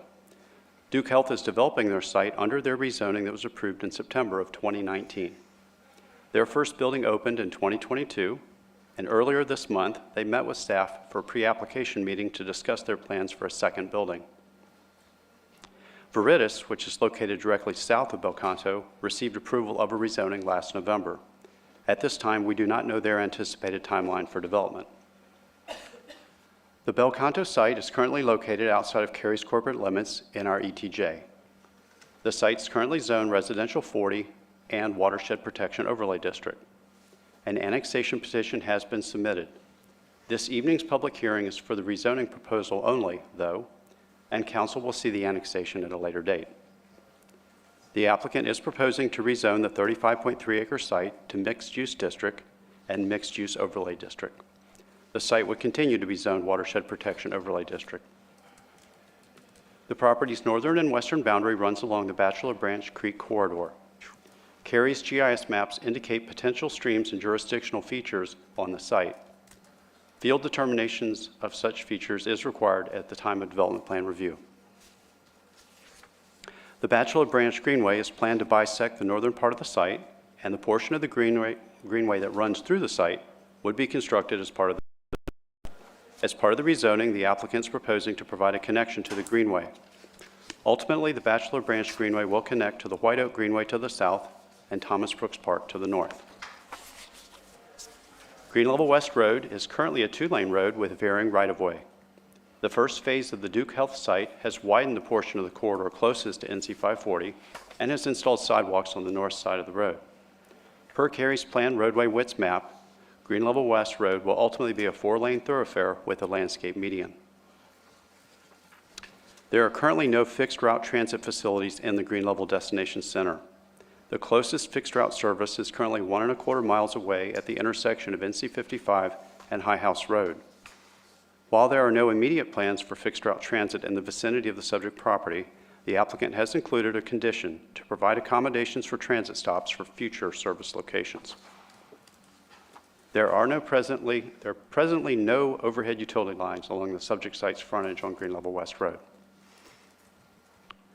Bel Canto has a preliminary development plan that identifies where land uses are allowed, how access and circulation will occur, and many other zoning conditions. In terms of overall development program, Bel Canto is proposing up to a maximum of 700 multifamily dwelling units, 100,000 square feet of office and institutional space, and 20,000 square feet of commercial space. Given that the Bel Canto site extends over 2,000 feet north of Green Level West Road, I'm going to break the site into northern and southern portions. There are 4 pods that make up the southern portion of Bel Canto along Green Level West Road. All 4 of these pods include the ability to have residential and non-residential uses, although only Pod 1 actually includes a commitment to have non-residential uses, which is why it's designated in purple. In Pod 1, there is a commitment to include a minimum of 10,000 square feet of vertically integrated non-residential uses. Pods 2 through 4 could be residential, non-residential, or a mix. As far as building height, Pods 1 and 2 would be a minimum of 4 stories and a maximum of 8 stories. Pod 3 may also go up to 8 stories, but the minimum commitment is 2. And Pod 4 is a minimum of 1 and a maximum of 3. There are 2 pods that make up the northern part of the Bel Canto site. Pod 5 is limited to residential uses with a minimum of 3 stories and a maximum of 5. Pod 6 is proposed to be open space with a community gathering space. A conceptual greenway connection and the envisioned location of the Bachelor Branch Greenway are also shown with blue dots. Bel Canto is proposing that a minimum of 50% of the parking spaces in development pods 1 and 2 would be structured. This commitment is illustrated by the 2 gray squares on pods 1 and 2. There are no commitments regarding structured parking in the other development pods, and a surface lot is indicated on Lot 5. The proposal does include commitments that structured parking shall not front on Green Level West Road and that there shall be no surface parking between buildings in Green Level West Road. The proposal is also requesting the ability to do angled parking on the private access ways, shown here with the gray dots, that provide internal circulation and parking for pods 1, 2, and 3. Speaking of access, Bel Canto has 2 streets that serve as the backbone of the site. Street A, shown here in blue, is anticipated to be the first signalized full movement intersection west of NC 540 and provides eastern access for Bel Canto. Street D, shown here in magenta, is anticipated to be the second full movement intersection west of NC 540. Given this site's location in the Green Level Destination Center and the fact it's adjacent to 2 other recent rezonings, how streets connect is very important. Accordingly, I'm going to add the northern part of the 2019 Duke Health PDP to the east, and I'm going to add the 2023 Veritas PDP to the south. When these three PDPs are laid next to each other, it becomes clear that Street A serves as joint ingress and egress for Duke Health and the proposed Belcanto development, while also aligning with Street A on the approved Veritas PDP to the south. Meanwhile, Street D connects to the east with Street D on Duke Health's PDP and also curves to the south to connect with Street D on the Veritas' PDP. So in summary, Belcanto proposes to provide the envisioned connectivity with its neighbors, thereby supporting the access and circulation needs of the overall destination center. The proposal includes a commitment to provide a minimum of 35,000 square feet of community gathering areas, exceeding the 5,000 square foot minimum requirement in the LDO. In order to guarantee that these areas will be accessible to the entire site, the proposal includes a commitment to provide a minimum of 3 different community gathering areas that are spread across the site, as shown here by the green asterisks with red circles around them. The PDP also includes an additional sheet with images representative of the features that will be provided in each gathering space, with a commitment that the provided features will be substantially similar to those shown in these images. The character of these areas ranges from urban in Pod 1 to more suburban in Pods 3 and 6. The review and determination of substantially similar features would be made at the time of development plan review. Other commitments in the PDP include separated bike lanes on streets A and D, a condition to provide art at the proposed greenway access point, and a maximum height of 6 feet for any retaining walls between the development and Green Level West Road, and a commitment that any such walls would have a decorative appearance substantially similar to these photos provided here from the PDP. Other commitments in the PDP include a commitment to incorporate green infrastructure techniques such as bioretention areas, permeable pavement, water harvesting, or soil cells into the site stormwater management program, a minimum of 24 EV charging stations with criteria to distribute them across the site, utilizing LED lighting for all on-site parking areas, and providing recycling stations for Pods 1 and 2. There are no zoning commitments proposed regarding architecture or building materials, so the project would be subject to our standard land development ordinance and community appearance manual requirements. In terms of materials, this means that true mixed-use buildings with non-residential uses, which currently is only a commitment for Pod 1, would be required to be at least 75% brick, stone, or masonry, while multifamily residential buildings would only be required to be 35% brick, stone, or masonry. In addition, in destination centers, there's also the flexibility to use metal panels and/or fiber cement panels for up to 40% of these material requirements. The other 8 community appearance manual architectural elements would also still apply to the development. There are a total of 8 alternative standards being requested by the Belcanto development, and I'll review each of these requests. The first would allow grading and replanting of the site's Green Level West Road streetscape. The second would decrease the required streetscape width for Pod 2 along Green Level West Road from 50 to 30 feet if only residential uses are developed in the pod. And the third would allow internal streetscapes for streets A and D to be reduced from 30 to 15 feet. All 3 of these requested alternative standards are consistent with alternative standards that were approved for the adjacent Duke Health and Veritas developments. The fourth modification would allow one champion tree to be removed due to its location in the path of Street D. The fifth standard would make it clear that buildings can front on private access ways rather than a traditional public street. The travel access ways are intended to provide internal access and circulation for Pods 1, 2, and 3, much like a drive aisle in a parking lot. The sixth alternative standard would allow angled parking along the internal access ways as long as it's provided in accordance with Cary's standard specifications. The seventh standard would allow vehicular gates to be utilized in parking decks to restrict access and protect parking for residents. Finally, the eighth alternative standard would allow decorative retaining walls to be up to 10 feet tall in stormwater devices if not visible from a public street. In staff's preliminary analysis of the Imagine Cary Community Plan, we found policies in the Live, Work, Shop, Engage, Shape, and Move chapters apply. Since the site's in a special planning area, though, I'm going to focus on the portion of the Shape chapter that includes detailed recommendations for the Green Level Special Planning area. Specifically, the site's located in the Destination Center sub-area which includes several detailed goals for development. These goals include achieving a vertical and horizontal mix of uses with a focus on employment-oriented uses. 4 to 7-story buildings and structured parking are also encouraged, with the vision of creating a highly walkable and active public realm. The key issue that appears to emerge from these destination center goals is whether this development, which is proposing to build up to 700 multifamily units, but only committing to a minimum of 10,000 square feet of non-residential uses in a single pod, is consistent with the community plan goal of an employment-oriented destination center. While the case could be made that if the anticipated collective development between Duke Health, Veritas, and Belcanto were to occur, Belcanto would serve a primarily residential function in support of the greater whole. There are no conditions linking this project to the timing or ultimate program of these adjacent developments. Notice of this public hearing was mailed to property owners within 800 feet of the subject site. This exceeds the state's and Cary's LDO requirements. A virtual neighborhood meeting was held on this proposal on April the 6th of 2022. 20 citizens attended. Questions and comments were shared regarding the amount of density proposed, traffic impacts, how access is going to be provided to the site, school impacts, and the proximity of the development to the adjacent subdivisions to the northwest. Attendees generally expressed interest and support in the Greenway and proposed open spaces. We have not received any calls or emails since the neighborhood meeting.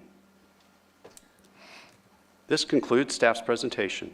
I'd like to now introduce Mr. Jason Barron, who will give a presentation for the applicant. Following the public hearing, staff will be available for any questions. Thank you, Mr. Wilson.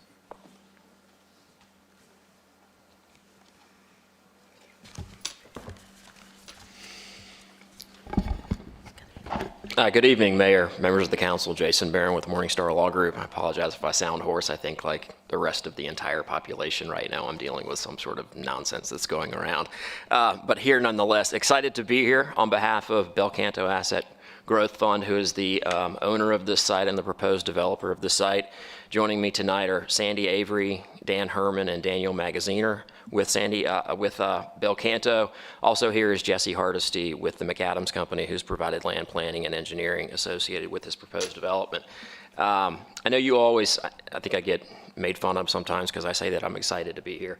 I'm really excited to be here on this one, though. This time I mean it. And the reason why is this feels like kind of act 3 of a 3-act play in which we have been creating not just the vision for the build out of the western portion of the Green Level West Destination Center, but creating the entitlement, creating the predictability to ensure that the policies that are contained in the special planning area that Rob talked about, that those are policies that won't live on a desk somewhere. They won't gather dust somewhere. They will be embodied in the entitlements. And as you heard from Mr. Wilson, in 2019, Duke was zoned, Veritas was zoned at the end of last year. I had the pleasure of working on that project and excited to be here as part of the public hearing portion of this case and working our way through the rezoning process here.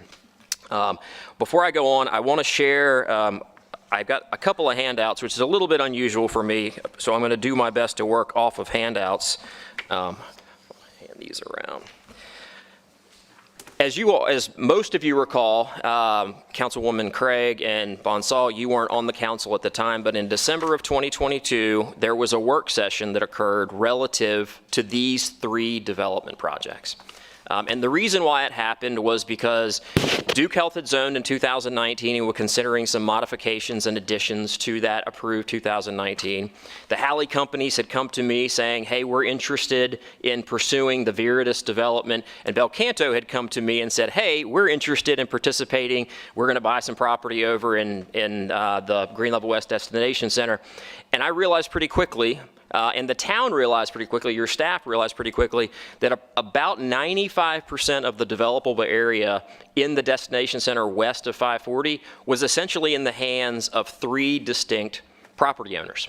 And the property owners got together, for the purpose of making sure that each of their individual priorities, which are distinct but related, each of their individual priorities could be achieved on their own behalf, but also understanding the backdrop of the Cary Community Plan and the policies that are included in the special planning area, which speak to the entire district. As you all are aware, the policies, actually the policies mention you couldn't achieve all of those things on one specific property. They are designed for, they are policies that speak to the entirety of the district. So in 2022, I worked in close coordination with your staff, ultimately culminating with a work session really to kind of bring the council up to speed on the moving parts, recognizing that it was hard to have a conversation relative to any of the individual zoning cases without understanding the bigger picture. How do they all fit together?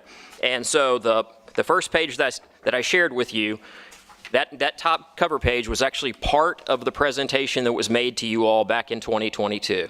And you may recall, and I'll refresh your recollection if you don't, at that time, what we made you aware of is that the parties had come together, Duke Health, Hallie, who is developing Viridis, and Belcanto had come together, looked at the policies, recognized that employment needed to be a big part of it, recognized that mixed use needed to be a part of it. The special planning area policies talk about higher densities. And so they essentially created these 3 sub-districts within the Green Level West Destination Center. And these sub-districts were designed, again, to achieve the individual objectives of the parties involved, but also the collective objectives of the Green Level West Special Planning Area. And so you had the medical sub-district, you had the mixed-use sub-district, and you had the residential sub-district. So on the second page, that I've just kind of taken that first page and shown you kind of how the Duke property sits on that, how the Viridis property sits on that, and then ultimately the Belcanto site sits on that.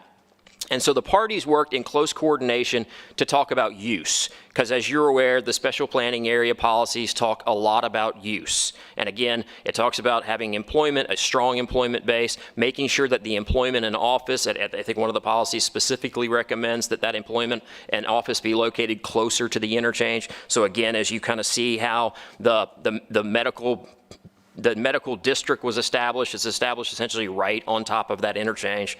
It also talks about mixed use, and that's located to the south. And as you all are aware, the Viridis project, that, which was approved back in November, had some pretty remarkable changes that happened during that process in coordination with the staff. There was the development of a fairly sizable common area around what was called Street E at that time. Increases were made to the amount of non-residential associated with that, really with a commercial focus. 75% of the non-residential associated with that development has to be around kind of that neighborhood green in Viridis, with the idea of kind of creating what I would call the commercial hub of that mixed-use area. And so Belcanto, as you can see on that second page, really occupied primarily the residential portion of what the parties had worked on. There's a portion of it that clips the mixed-use area. There's a portion of it that includes the possibility of future medical, because they've been talking to Duke about potentially ancillary things that could serve Duke's purposes while not being developed by Duke. In addition to the coordination that the parties had with respect to use, the third page that I gave you represents the circulation that the parties have worked on. And the parties recognize that, again, as part of a cohesive and collective destination center, although being developed by 3 separate parties, they recognize how important it was that those parties worked together so that when streets connected, they connected in a way that made sense. So that when sidewalks connected, they connected in a way that made sense. You all staff was incredibly invaluable in that process. Rob essentially served as a liaison between all 3 parties. He'd make comments on one case about this is what the street section needs to look like, and then he'd take that to the next party. And so really it was a collective effort with your staff, making sure that the circulation, whether it be street for the benefit of vehicles, but also pedestrian as well as multimodal.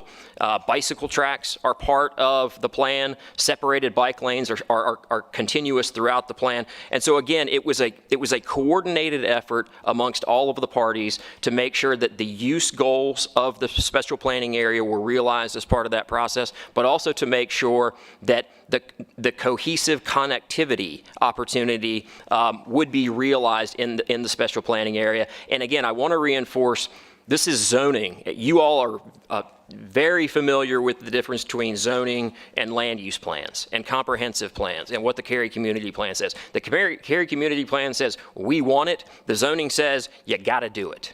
And so the good news is Duke's got to do a lot of things because it's in the zoning for that property.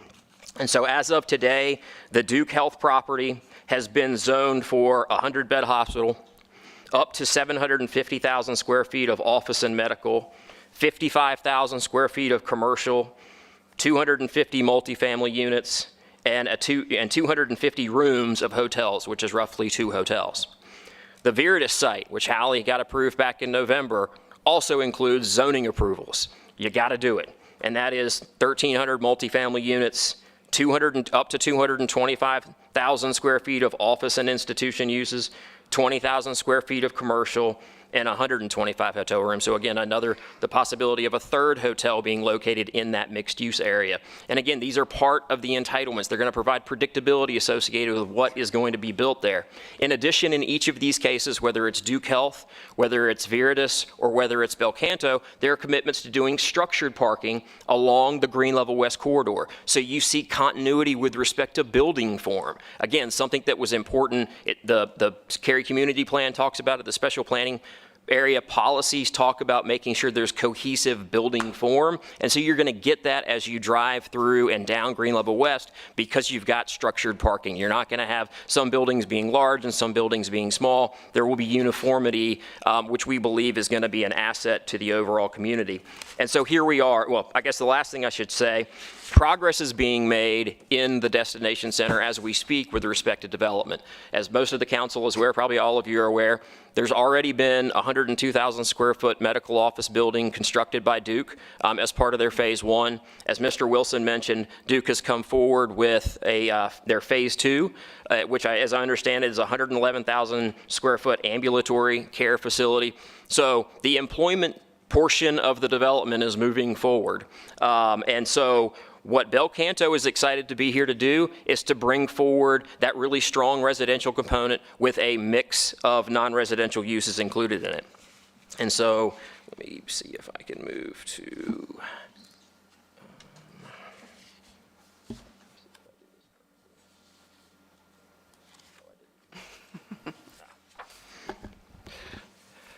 I'm going to talk a minute about the primary focus of what Belcanto's been doing on their own site.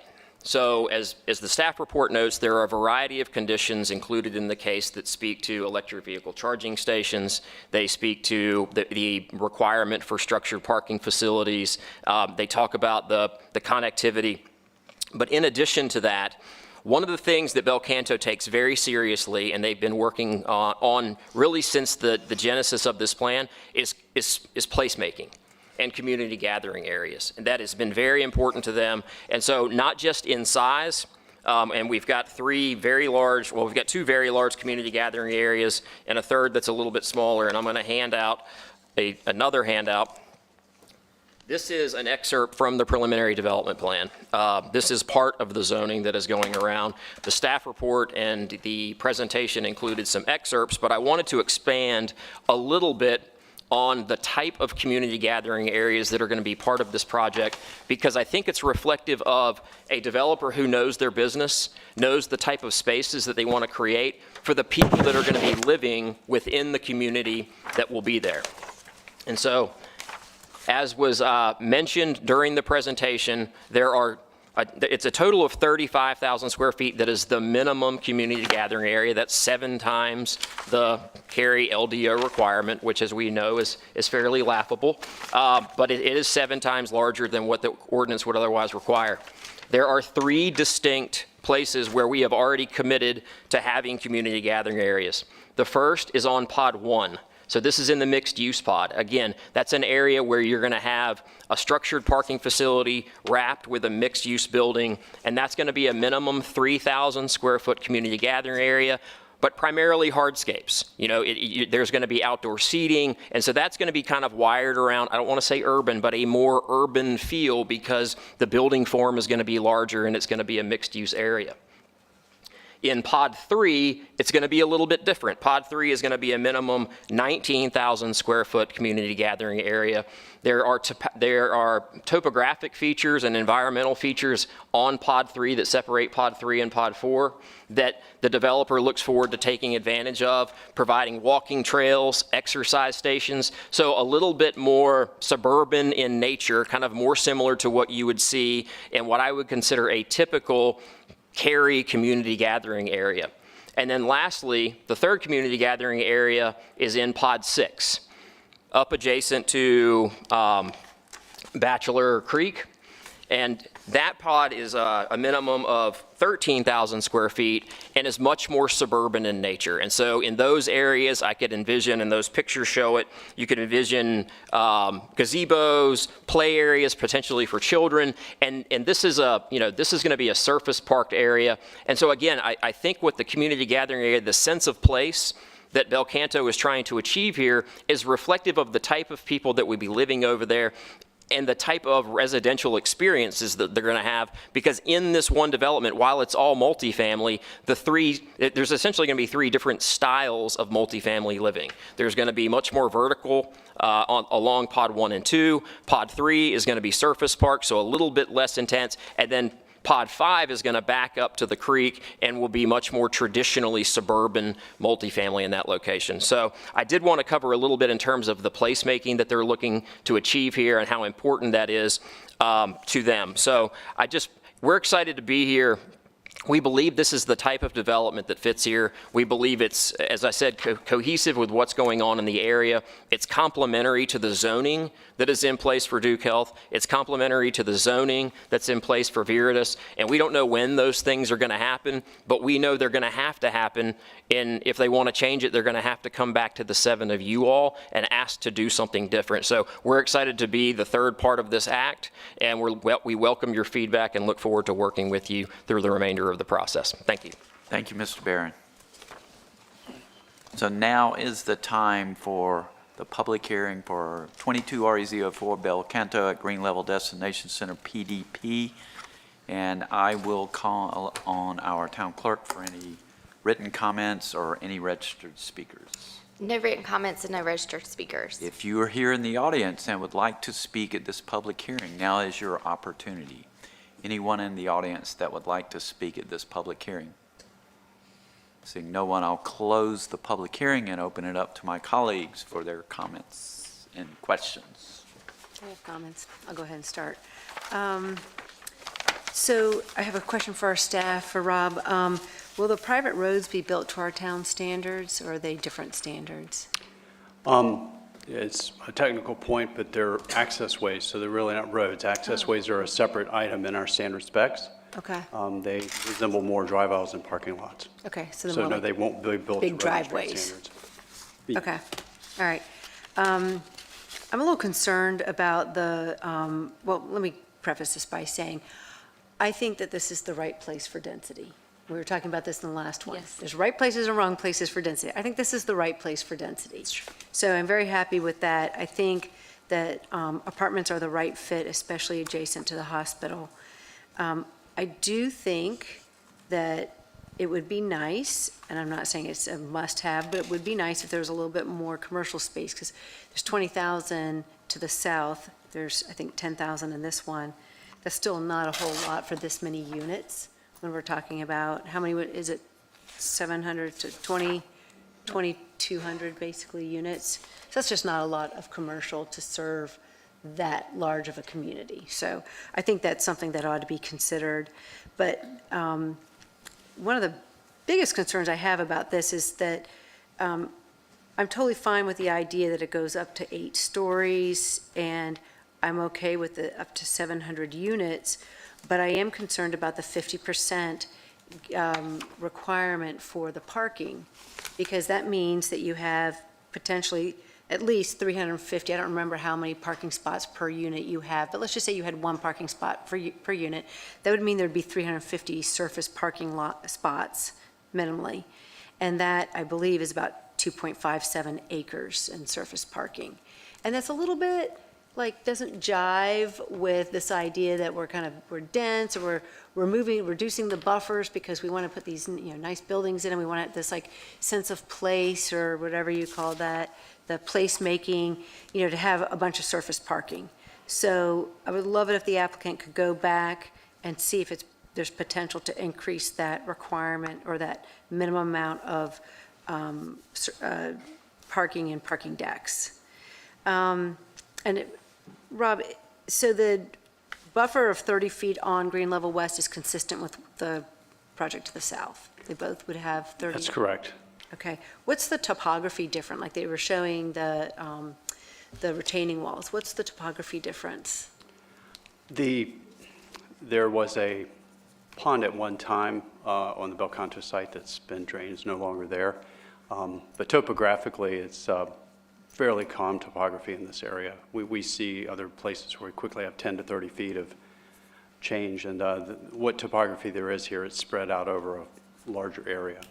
Okay. So I don't think they're expecting significant, if they have retaining walls in their streetscape, I don't think they're expecting they would be significant, and that's why they've offered the 6-foot limit along the streetscape. I think given the fact that the buffer is going down from 50 to 30, I think it'd be good for us to just pay some attention to like those, what that buffer is going to have in it. You know, maybe it has retaining walls in places, maybe it doesn't, but, you know, what is that planting going to be like, and how are we ensuring that Green Level West is going to look like a great-looking road when this whole thing is done? Just like the last project, I see that, you know, there's 3, the donated open space or gathering space is divided between 3 spots. It might be nice just to put a minimum in there of like minimum number of square footage for each. Is it in there? Okay, all right, cool. The thing about the 24 EVs, you know, there was a time when we felt like we were like, hey, come on, give us some EVs. We really want them, you know. But now I think the way that the future anticipation is going with electric vehicles, that, you know, it's almost like projects need it. Like, it's not like you're trying to appease a concern that we have from the council. It's just like, you guys are going to need this, right? So I think you did a minimum of 24 EVs. I almost wonder if you want to contemplate conduit, like some kind of requirement for running conduit, so that in the future, when you need a lot more than 24, you already have the infrastructure in place for that. The 10-foot retaining walls on the pond, I think everybody thought that when I first started pushing for having no more than 6 feet for retaining walls, and then it has to be tiered, I was doing it for aesthetics. I wasn't. I was doing it because I remember being a kid and my brother and me climbing everything, jumping off of everything. And you know, we have a couple neighborhoods that have really tall retaining walls, which I think are unsafe. So that's why I kind of push for that 6 feet max, is that if a kid falls off of 6 feet, yeah, he goes over to Duke next door and gets his arm, you know, in a cast, but it could be more serious the taller it gets. So that's why I have that kind of sensitivity to it. So I'd love for that to be maybe examined. And then last but not least, I don't know if 35% standard for this is adequate. I mean, the densities here are a very urban-like density. It would be disappointing if this was built to look a lot like, what do you call that, like the garden-style apartments, right? Because we're putting a lot of density here. I would love to see this look more urban, very similar to the Fenton, and I have no idea what the standards are at Fenton, like what their minimum masonry requirement was and what they actually accomplished. So again, I don't know, but this is just an observation of my part, is that I want to make sure that whatever gets built, if it's going to have urban densities, it should look urban, it should look sophisticated, a real jewel, because people will be seeing Cary for the first time if they're getting off 540, and this is a gateway community for us. Very good. How about on this end? I have some things. First, I have to say that I'm very impressed by this presentation. There are a lot of good things that I've noted. I feel like bike lanes, separate bike lanes are very beautiful, and I hope we can actually, when in the final designing, I think that stays. I do like that they have common areas, walkways, greenway accessibility, and they're paying extra attention to the infrastructure, making sure that all 3 builders are actually working together to keep the aesthetics similar. So that would be a good thing. It'll give us a community feel. I do agree with Jennifer that if it's an urban setting, and we are saying it's urban setting, and then one thing that Jennifer mentioned when she started her comment, that where we put density in District D is important. and this is the right place to put that density. I feel that that the apartments, Fenton style, that would be fabulous, since it's going to be the first thing that people see, like Jennifer said, as they get down from 540. Things that I would recommend that we could consider perhaps playground for kids. West Cary is a place where we see a lot of young families, and having that common area and space, I think, is very, very important. Or a pool, or I could be a little selfish and say clubhouse, but I'm overstretching probably, but you get the point. I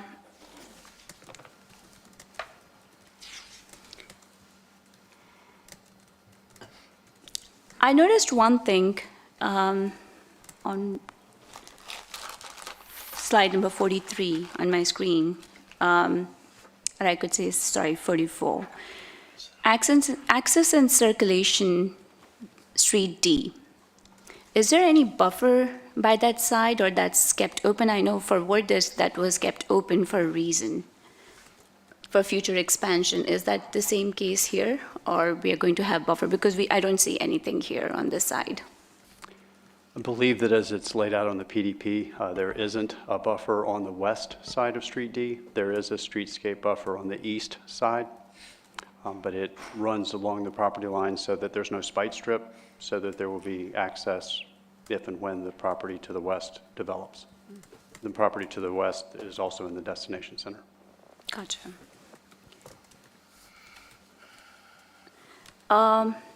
35,000 square feet is what's mentioned for the common area.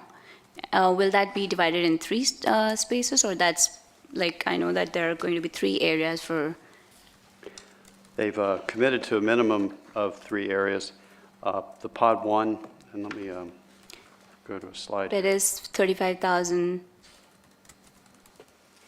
3,500 or 1,000, sorry. So the community gathering space in pod 1 that you see here in the purple is going to be a minimum of 3,000 square feet. The community gathering space that you see in pod 3 is a minimum of 19,000 square feet. Okay. And then the community gathering space that you see up in pod 6 is a minimum of 13,000 square feet. Okay, so that's total. I think that's good. Thank you. I don't have any more questions. Thank you. Ms. Craig, do you have anything?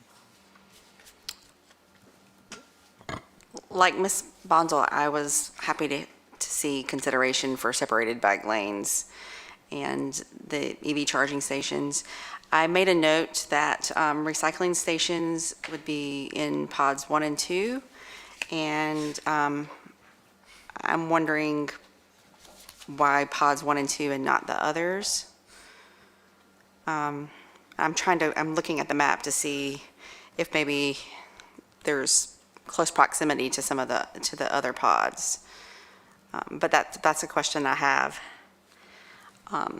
Also, one of the things that I didn't hear was any mention of workforce housing. That's definitely that workforce housing, and our last rezoning was at 10%. So this is an area that will be heavily urban, and many people supporting the hospital, so there would be many income ranges there, and that's something that I'd like to see a commitment to.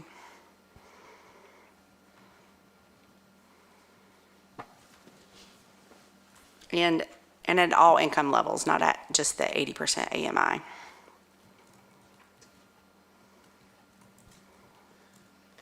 Other comments?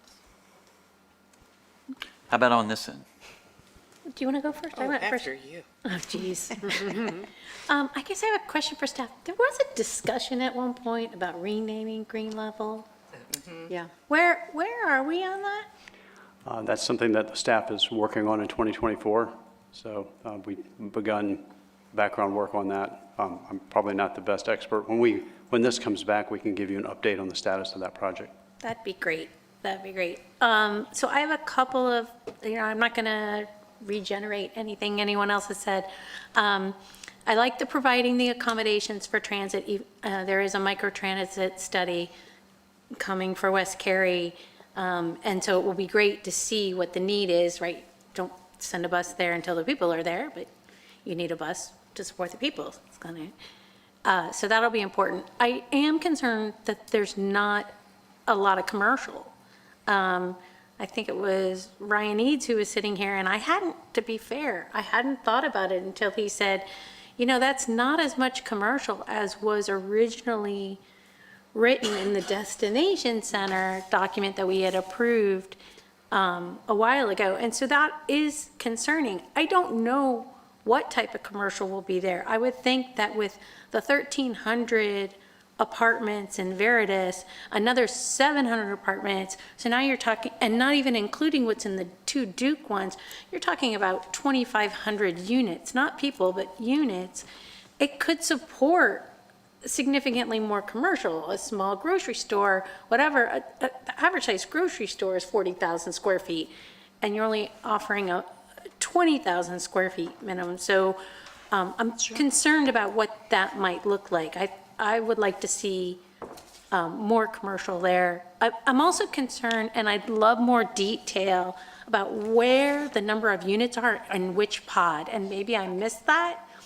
But if you're going to put out of the 700 units and put, you know, 350 or 400 in pod 1, and as Councilmember Robinson said, and you're only offering 50% structured parking in pod 1, that's not going to work. So I'm actually interested in having more structured parking and understanding where the units will fit. Maybe you have that, maybe you don't, but if you have the pod layout already, I think it would be great to have an idea of where those units will reside. There was a comment also about it could go 3 stories to 8 stories on the, so I'm wondering in pod 1, maybe I misunderstood that. I'm a little concerned about 8 stories being right up to the street on green level, what that might look like. I might have gotten that wrong. Is that, did I get that right? I have the same confusion of the stories. What is the, what is the height for pod 1? Pod 1 is minimum of 4 stories and a maximum of 8 stories. Oh, so it is. I did get it right. That, yeah, I like the articulated back. I think we've all seen that, where it, you know, starts a little bit shorter. The 8 stories right at the frontage with 30-foot streetscape. I know it's supposed to be urban. I agree with all of that, and I want urban, but 8 stories right on green level, right at green level could make me think, oh, I'm not sure I want to drive into that. It's not going to surprise anybody, but, and maybe you all don't know, but at this table, we have 3 EV owners, 3 folks just sitting at this table. The rate of EVs sales in North Carolina are now at 10%. Average across the country is at 6%. So that would be 42 unit or 42 EV ports for the 700 units. So just doing a little math for you, Jason. You knew I would. And then, of course, I'm really excited that Representative Craig, Councilmember Craig brought up affordable housing. I definitely am on that same track. Thank you for bringing that up. I would love it if this development would have 15% affordable housing. I think it's very important for us to start considering things besides 80% AMI, 80% AMI. The average 1 bedroom in Cary now is something like $2,100. I don't know of a maintenance worker or a nurse that can afford that, especially someone who lives here. I would like to see it have a variety of income levels in that, in whatever that condition might be that comes back for us. And that's it. I think all the others were said. Okay. Yeah, and I think a lot of what I, was thinking was covered. There's a couple of things I did want to mention, though. I was very pleased. I know multifamily, you typically don't see recycling as even an option. I was really pleased to see that included. And I just want to, throw this out there, as the town expands into our composting townwide into these pilots, wow, wouldn't it be terrific to see the composting available right there, since you're already building the recycling center, right? Adding a spot to drop off your recycling, which I'm sure someday in the future, the town might just come pick up, you never know. So something like that included, I think, would be a really terrific addition from an environmental perspective. But I was really pleased to see the recycling in there, because it breaks my heart sometimes if you go to some places where there are, some denser housing, and you see the amount of trash, right? And there's just not an opportunity to reduce the amount of stuff that's going to the landfill. And as a municipality, we absolutely have to reduce what we're sending to the landfills, beg, borrow, and steal, and just try to do anything we can. So that would be pretty remarkable if we could see something like that. I do want to agree with the affordable housing. I'm starting to, as I learn more about housing cost, I'm starting to get, I think, a more relaxed perspective on the definition of affordable housing. It's not always you have to have a special program where it's reduction in rent for individuals at certain income levels. There also can be commitments to smaller units, things that are naturally always going to be a little bit more affordable. And I'm hearing a lot from affordable housing advocates that they really like to see studio-style dwellings in places where, perhaps somebody with limited mobility or seniors or individuals can live a little bit more affordably. So I'm really open kind of to what that looks like. But I would be really pleased, especially in this, dense residential area serving the hospital. I've said this before. I said this when we were speaking to the folks representing Duke. There's a whole lot of allied staff that work in any medical setting that don't make a doctor's salary. Right, so that's just something to really consider when we're trying to focus on expanding workforce housing. This is, by nature, workforce housing. And it's going to be workforce housing for, a really wide range of incomes. And that's really, what I'm looking for here is a consideration for that. It doesn't, have to be hard and fast, reductions in rent, but, something like what I was describing before, I think would be really workable in this area. And I said it to the other folks, so I figured it's only fair to keep repeating myself. I'm really good at repeating myself. And I'd like to see, I do agree with needing a little bit more structured parking there probably, right? I don't see more structured parking, less surface parking. I see just more structured parking. It seems like I might be a little light on parking to begin with, because I'm going to say the walkability and bikeability of this proposal is fantastic, and it's exactly what I'd like to see in this type of proposal. And in addition to that, you really need someplace to walk and bike too. So if there's a little bit more commercial, I do believe that if I were living here, and I absolutely can see myself living there when I was 30, right? I got a job, I'm going to want to walk to a restaurant.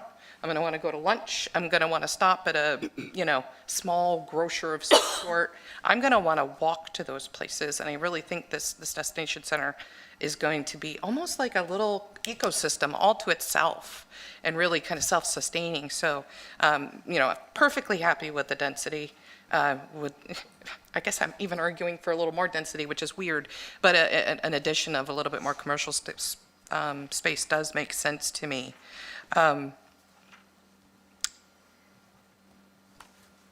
I think I had just one more, but I can't read my handwriting.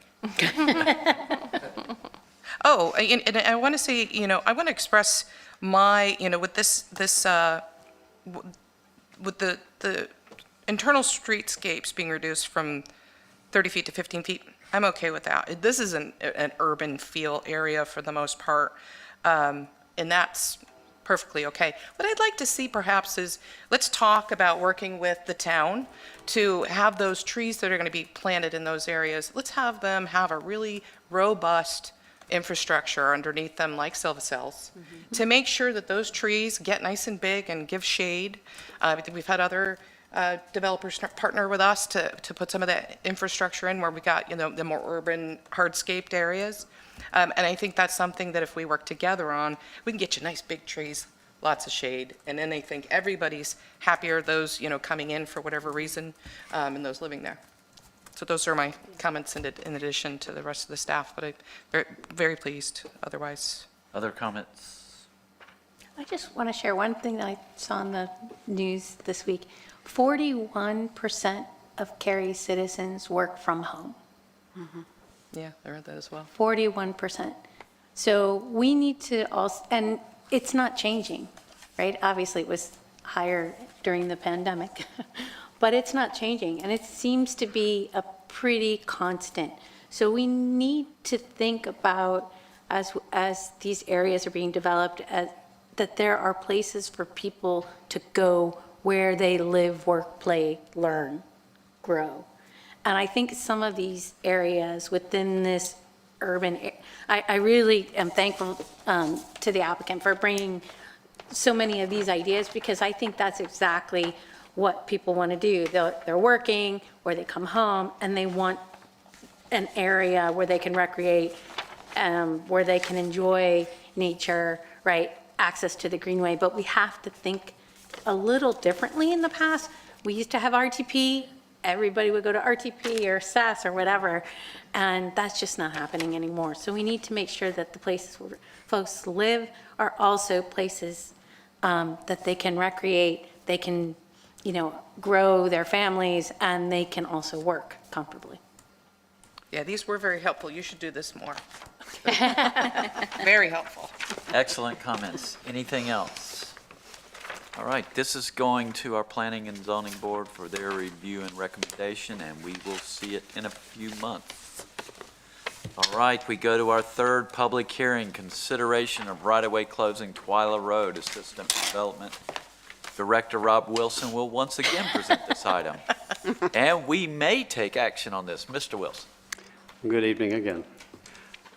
The development of the Twyla Road South PDD, the developer of the Twyla Road South PDD has requested that the council close a portion of the Twyla Road right-of-way. Twyla Road is in western Cary and is accessed from Green Hope School Road. Twyla was terminated into a cul-de-sac about 15 years ago during the construction of NC 540 and has provided access to the remaining adjacent homes since. On May 7th of 2020, Council approved a rezoning for the Twyla South PDD, which included access from Twyla Road. As part of developing the Twyla Road South neighborhood, the developer acquired all of the properties that were depending on the cul-de-sac portion of Twyla Road for access. Accordingly, this portion of the road and its associated right-of-way, as depicted here in red, are no longer needed in their current configuration. As such, NCDOT has abandoned its maintenance responsibility for this public right-of-way. Cary can also close the public right-of-way, at which point the land would go to the adjacent property owner. As part of the development plan review process for Phase 3 of the Twyla Road South development, staff and the developer have worked together to design a new roundabout that will provide access from Twyla Road to Kempthorne Road and the public alleys serving the neighborhood. Given that the existing Twyla Road right-of-way shown here in red is no longer needed, and the developer will be dedicating right-of-way for the new public street alignments shown here in blue as part of their development, the developer has requested that Cary close this right-of-way. Staff believes that eliminating the underlying right-of-way that's no longer needed will benefit the public interest by eliminating portions of the right-of-way that are no longer in use, allowing the new subdivision to better integrate into the existing street network with a roundabout, and allowing a more favorable layout to be achieved that will not deprive anyone of reasonable access.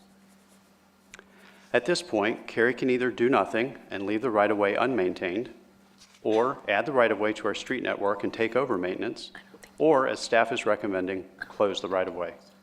State law provides clear statutory guidance for such situations. Staff has followed this process by calling this public hearing, providing notice of this hearing on Cary's website and in the newspaper, mailing notice to adjacent owners, and placing signs along the road right-of-way. Pending public comment, staff recommends that after the public hearing, the council authorize the mayor to execute the street closing order and approve staff to record the order at the Wake County Register of Deeds. This concludes staff's presentation. Staff will be available for questions following the public hearing. Thank you, Mr. Wilson. Now it's time for the public hearing for the consideration of right-of-way closing of Twyla Road, and I'll call on the clerk for written comments or any call-in speakers. No written comments, nor Or registered speakers. Okay, I now invite anyone in the audience that would like to speak at this public hearing. Now's your time to come forward. Anyone to speak at the Twyla Road closing? Mr. Mayor, I'm the applicant in case any questions arise, but I don't need to speak unless there's some sort of question or comment necessary. Okay. Seeing no one, I'll close the public hearing, open it up to council members for questions or comments, or if we have none. I have a question. Can you Sure. bring up the picture again with the roundabout? Are you saying that those roads won't be created? The blue? Well, there's a blue with an overlay of red. So the red is the existing right-of-way that NCDOT has abandoned and Right. that staff's recommending that the town close. The blue would be the new streets that this development will construct and dedicate, and that would be public and would be maintained by the town. Okay, so it's more about the right-of-way, not the actual road that's going to be built? Correct. Okay. All right, This so allows the right-of-way it to... will end up looking like this, but how we get there is what we're talking about now, which is get rid of the right-of-way. Okay. So to be clear, the blue will be roads that they build. Everything outside of the blue that's in the red color will be owned by the adjacent landowners. So Cary will not own the red that's outside of the blue, if that But they makes will be sense. public roads. The blue are all part, the public- blue part will be Everything public blue will be right-of-way. public right-of-way. Yes. Okay, That's just a whole bunch more right-of-way than we need, yeah? Yes. okay. And in the wrong I place. just wanted to make sure I No, no, no. Yeah. understood. Other questions or comments? Anyone want to make a motion? Go, no, we're fine. Well, make a motion that we authorize the mayor to execute the street closing order and approve staff to record the order at the Wake County Register of Deeds. There's a motion. Is there a second? Second. Second. Discussion? All in favor, please say aye. Aye. Any opposed? Motion carries unanimously.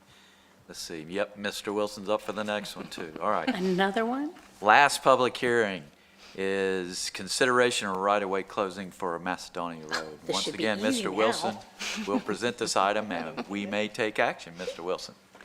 Apologize in advance. This presentation may slightly resemble the last one. The developer of a site at the intersection of Macedonia Road and Walnut Street has requested that the council close an abandoned portion of the Macedonia Road right-of-way. Macedonia Road is located in eastern Cary and is identified on this map by the red circle. It connects Walnut Street to Jones Franklin Road and Tryon Road. Macedonia Road used to intersect Walnut Street at an angle. In the early 2000s, NCDOT realigned Macedonia Road southward to create a more traditional and safer perpendicular intersection with Walnut Street that also created the opportunity for a signalized four-way intersection with Crossroad Manor Court to the west. Accordingly, the previous path of the road and its associated right-of-way depicted here in red was no longer needed for through traffic. It was retained as public right-of-way, however, as it was the only means of access for a couple of detached homes on adjacent properties. This section of right-of-way, which used to connect Walnut to Walnut, is the portion we're discussing tonight. In March of 2022, a developer purchased all of these adjacent properties that were depending on this section of right-of-way for access. These properties, which have been zoned for multifamily since the 1970s, are located in the Crossroads Mixed-Use Overlay District. In April of 2022, the developer subsequently submitted a development plan for a multifamily development. Since the adjacent properties no longer need access to this remaining public right-of-way, NCDOT is abandoning maintenance of this right-of-way. Cary can also close the public right-of-way, at which point the land would go to the adjacent property owner. As part of the development plan review process, the developer has identified that closing the right-of-way and incorporating it into the site will provide safer ingress and egress for residents, allow for the development of an attractive and uniform streetscape with a street side trail along the site's frontages, and optimize the site's internal street layout. Staff believes that eliminating the underlying right-of-way that's no longer needed will benefit the public interest by eliminating portions of the right-of-way that are no longer in use, allowing the adjacent development to achieve a more uniform and attractive streetscape, and allowing a more favorable internal street layout to be achieved that will not deprive anyone of reasonable access. At this point, Cary can either do nothing and leave the right-of-way unmaintained, or add the right-of-way to our street network and take over maintenance, or, as staff is recommending, close the right-of-way. State law provides clear statutory guidance for such situations. Staff has followed this process by calling this public hearing, providing notice of this hearing on Cary's website and in the newspaper, mailing notice to adjacent owners, and placing signs along the road right-of-way. Pending public comment, staff recommends that after the public hearing, the council authorize the mayor to execute the street closing order and approve staff to record the order at the Wake County Register of Deeds. This concludes staff's presentation. Staff will be available for questions following the public hearing. Thank you, Mr. Wilson. Now it's time for the public hearing for the consideration of right-of-way closing of Macedonia Road. And at this time, I'll call on the clerk for any written comments or registered speakers. No written comments and no registered speakers. Very good. Anyone in the audience that would like to speak at this public hearing, now's your opportunity. Seeing no one, we'll close the public hearing, open it up to council members for questions, comments, or a motion. Can I ask a quick question? I know. All of this right-of-way that we're giving up, it's not actually land the town owns. It's just the right to build something or the right to maintain a road. It's just, it's not actually land that we own, per se, or is it? Not in the traditional sense. I mean, that's correct. So it's right-of-way that's been dedicated to the public. And for road purposes, DOT or Cary could put that road to use for the public. So we are like trustees of the land for the public. And that gives us the authority then, if it's not needed, for DOT to abandon the right-of-way and for Cary to actually close it if it's not needed for public use anymore. So we are not the owner in a traditional sense of owning the property, yes. Okay, and nobody would figure out, okay, that's 0.1 acres now that this developer has the right to build upon. There's extra value that this developer now has. That's true, Because, yes. right, so there is a added value to that developer. Okay. Out of the goodness of our hearts. Well, and for this one, they will be building streetscape in this area, street side trail in this area. So there are, So it'll be a benefit to Benefit. the public. Yes. Okay, I just wanted to make sure I understood. Other questions or comments or a motion? Oh, I didn't have it up. I'm trying to find it. Right. Let's see. Make a motion to authorize the mayor to execute another street closing order and approve staff to record the order at the Wake County Register of Deeds. I second that. Motion and a second. Discussion? All in favor, please say aye. Aye. Any opposed? Motion carries unanimously. Thank you, Mr. Wilson. Thank you. Hope you're not too tired from standing all the time. We have no discussion items. Our item 22 REZ 18 Trinity Road townhouses was removed from the agenda at the adoption of the agenda at the request of the applicant. So that concludes our meeting, and I declare this meeting adjourned.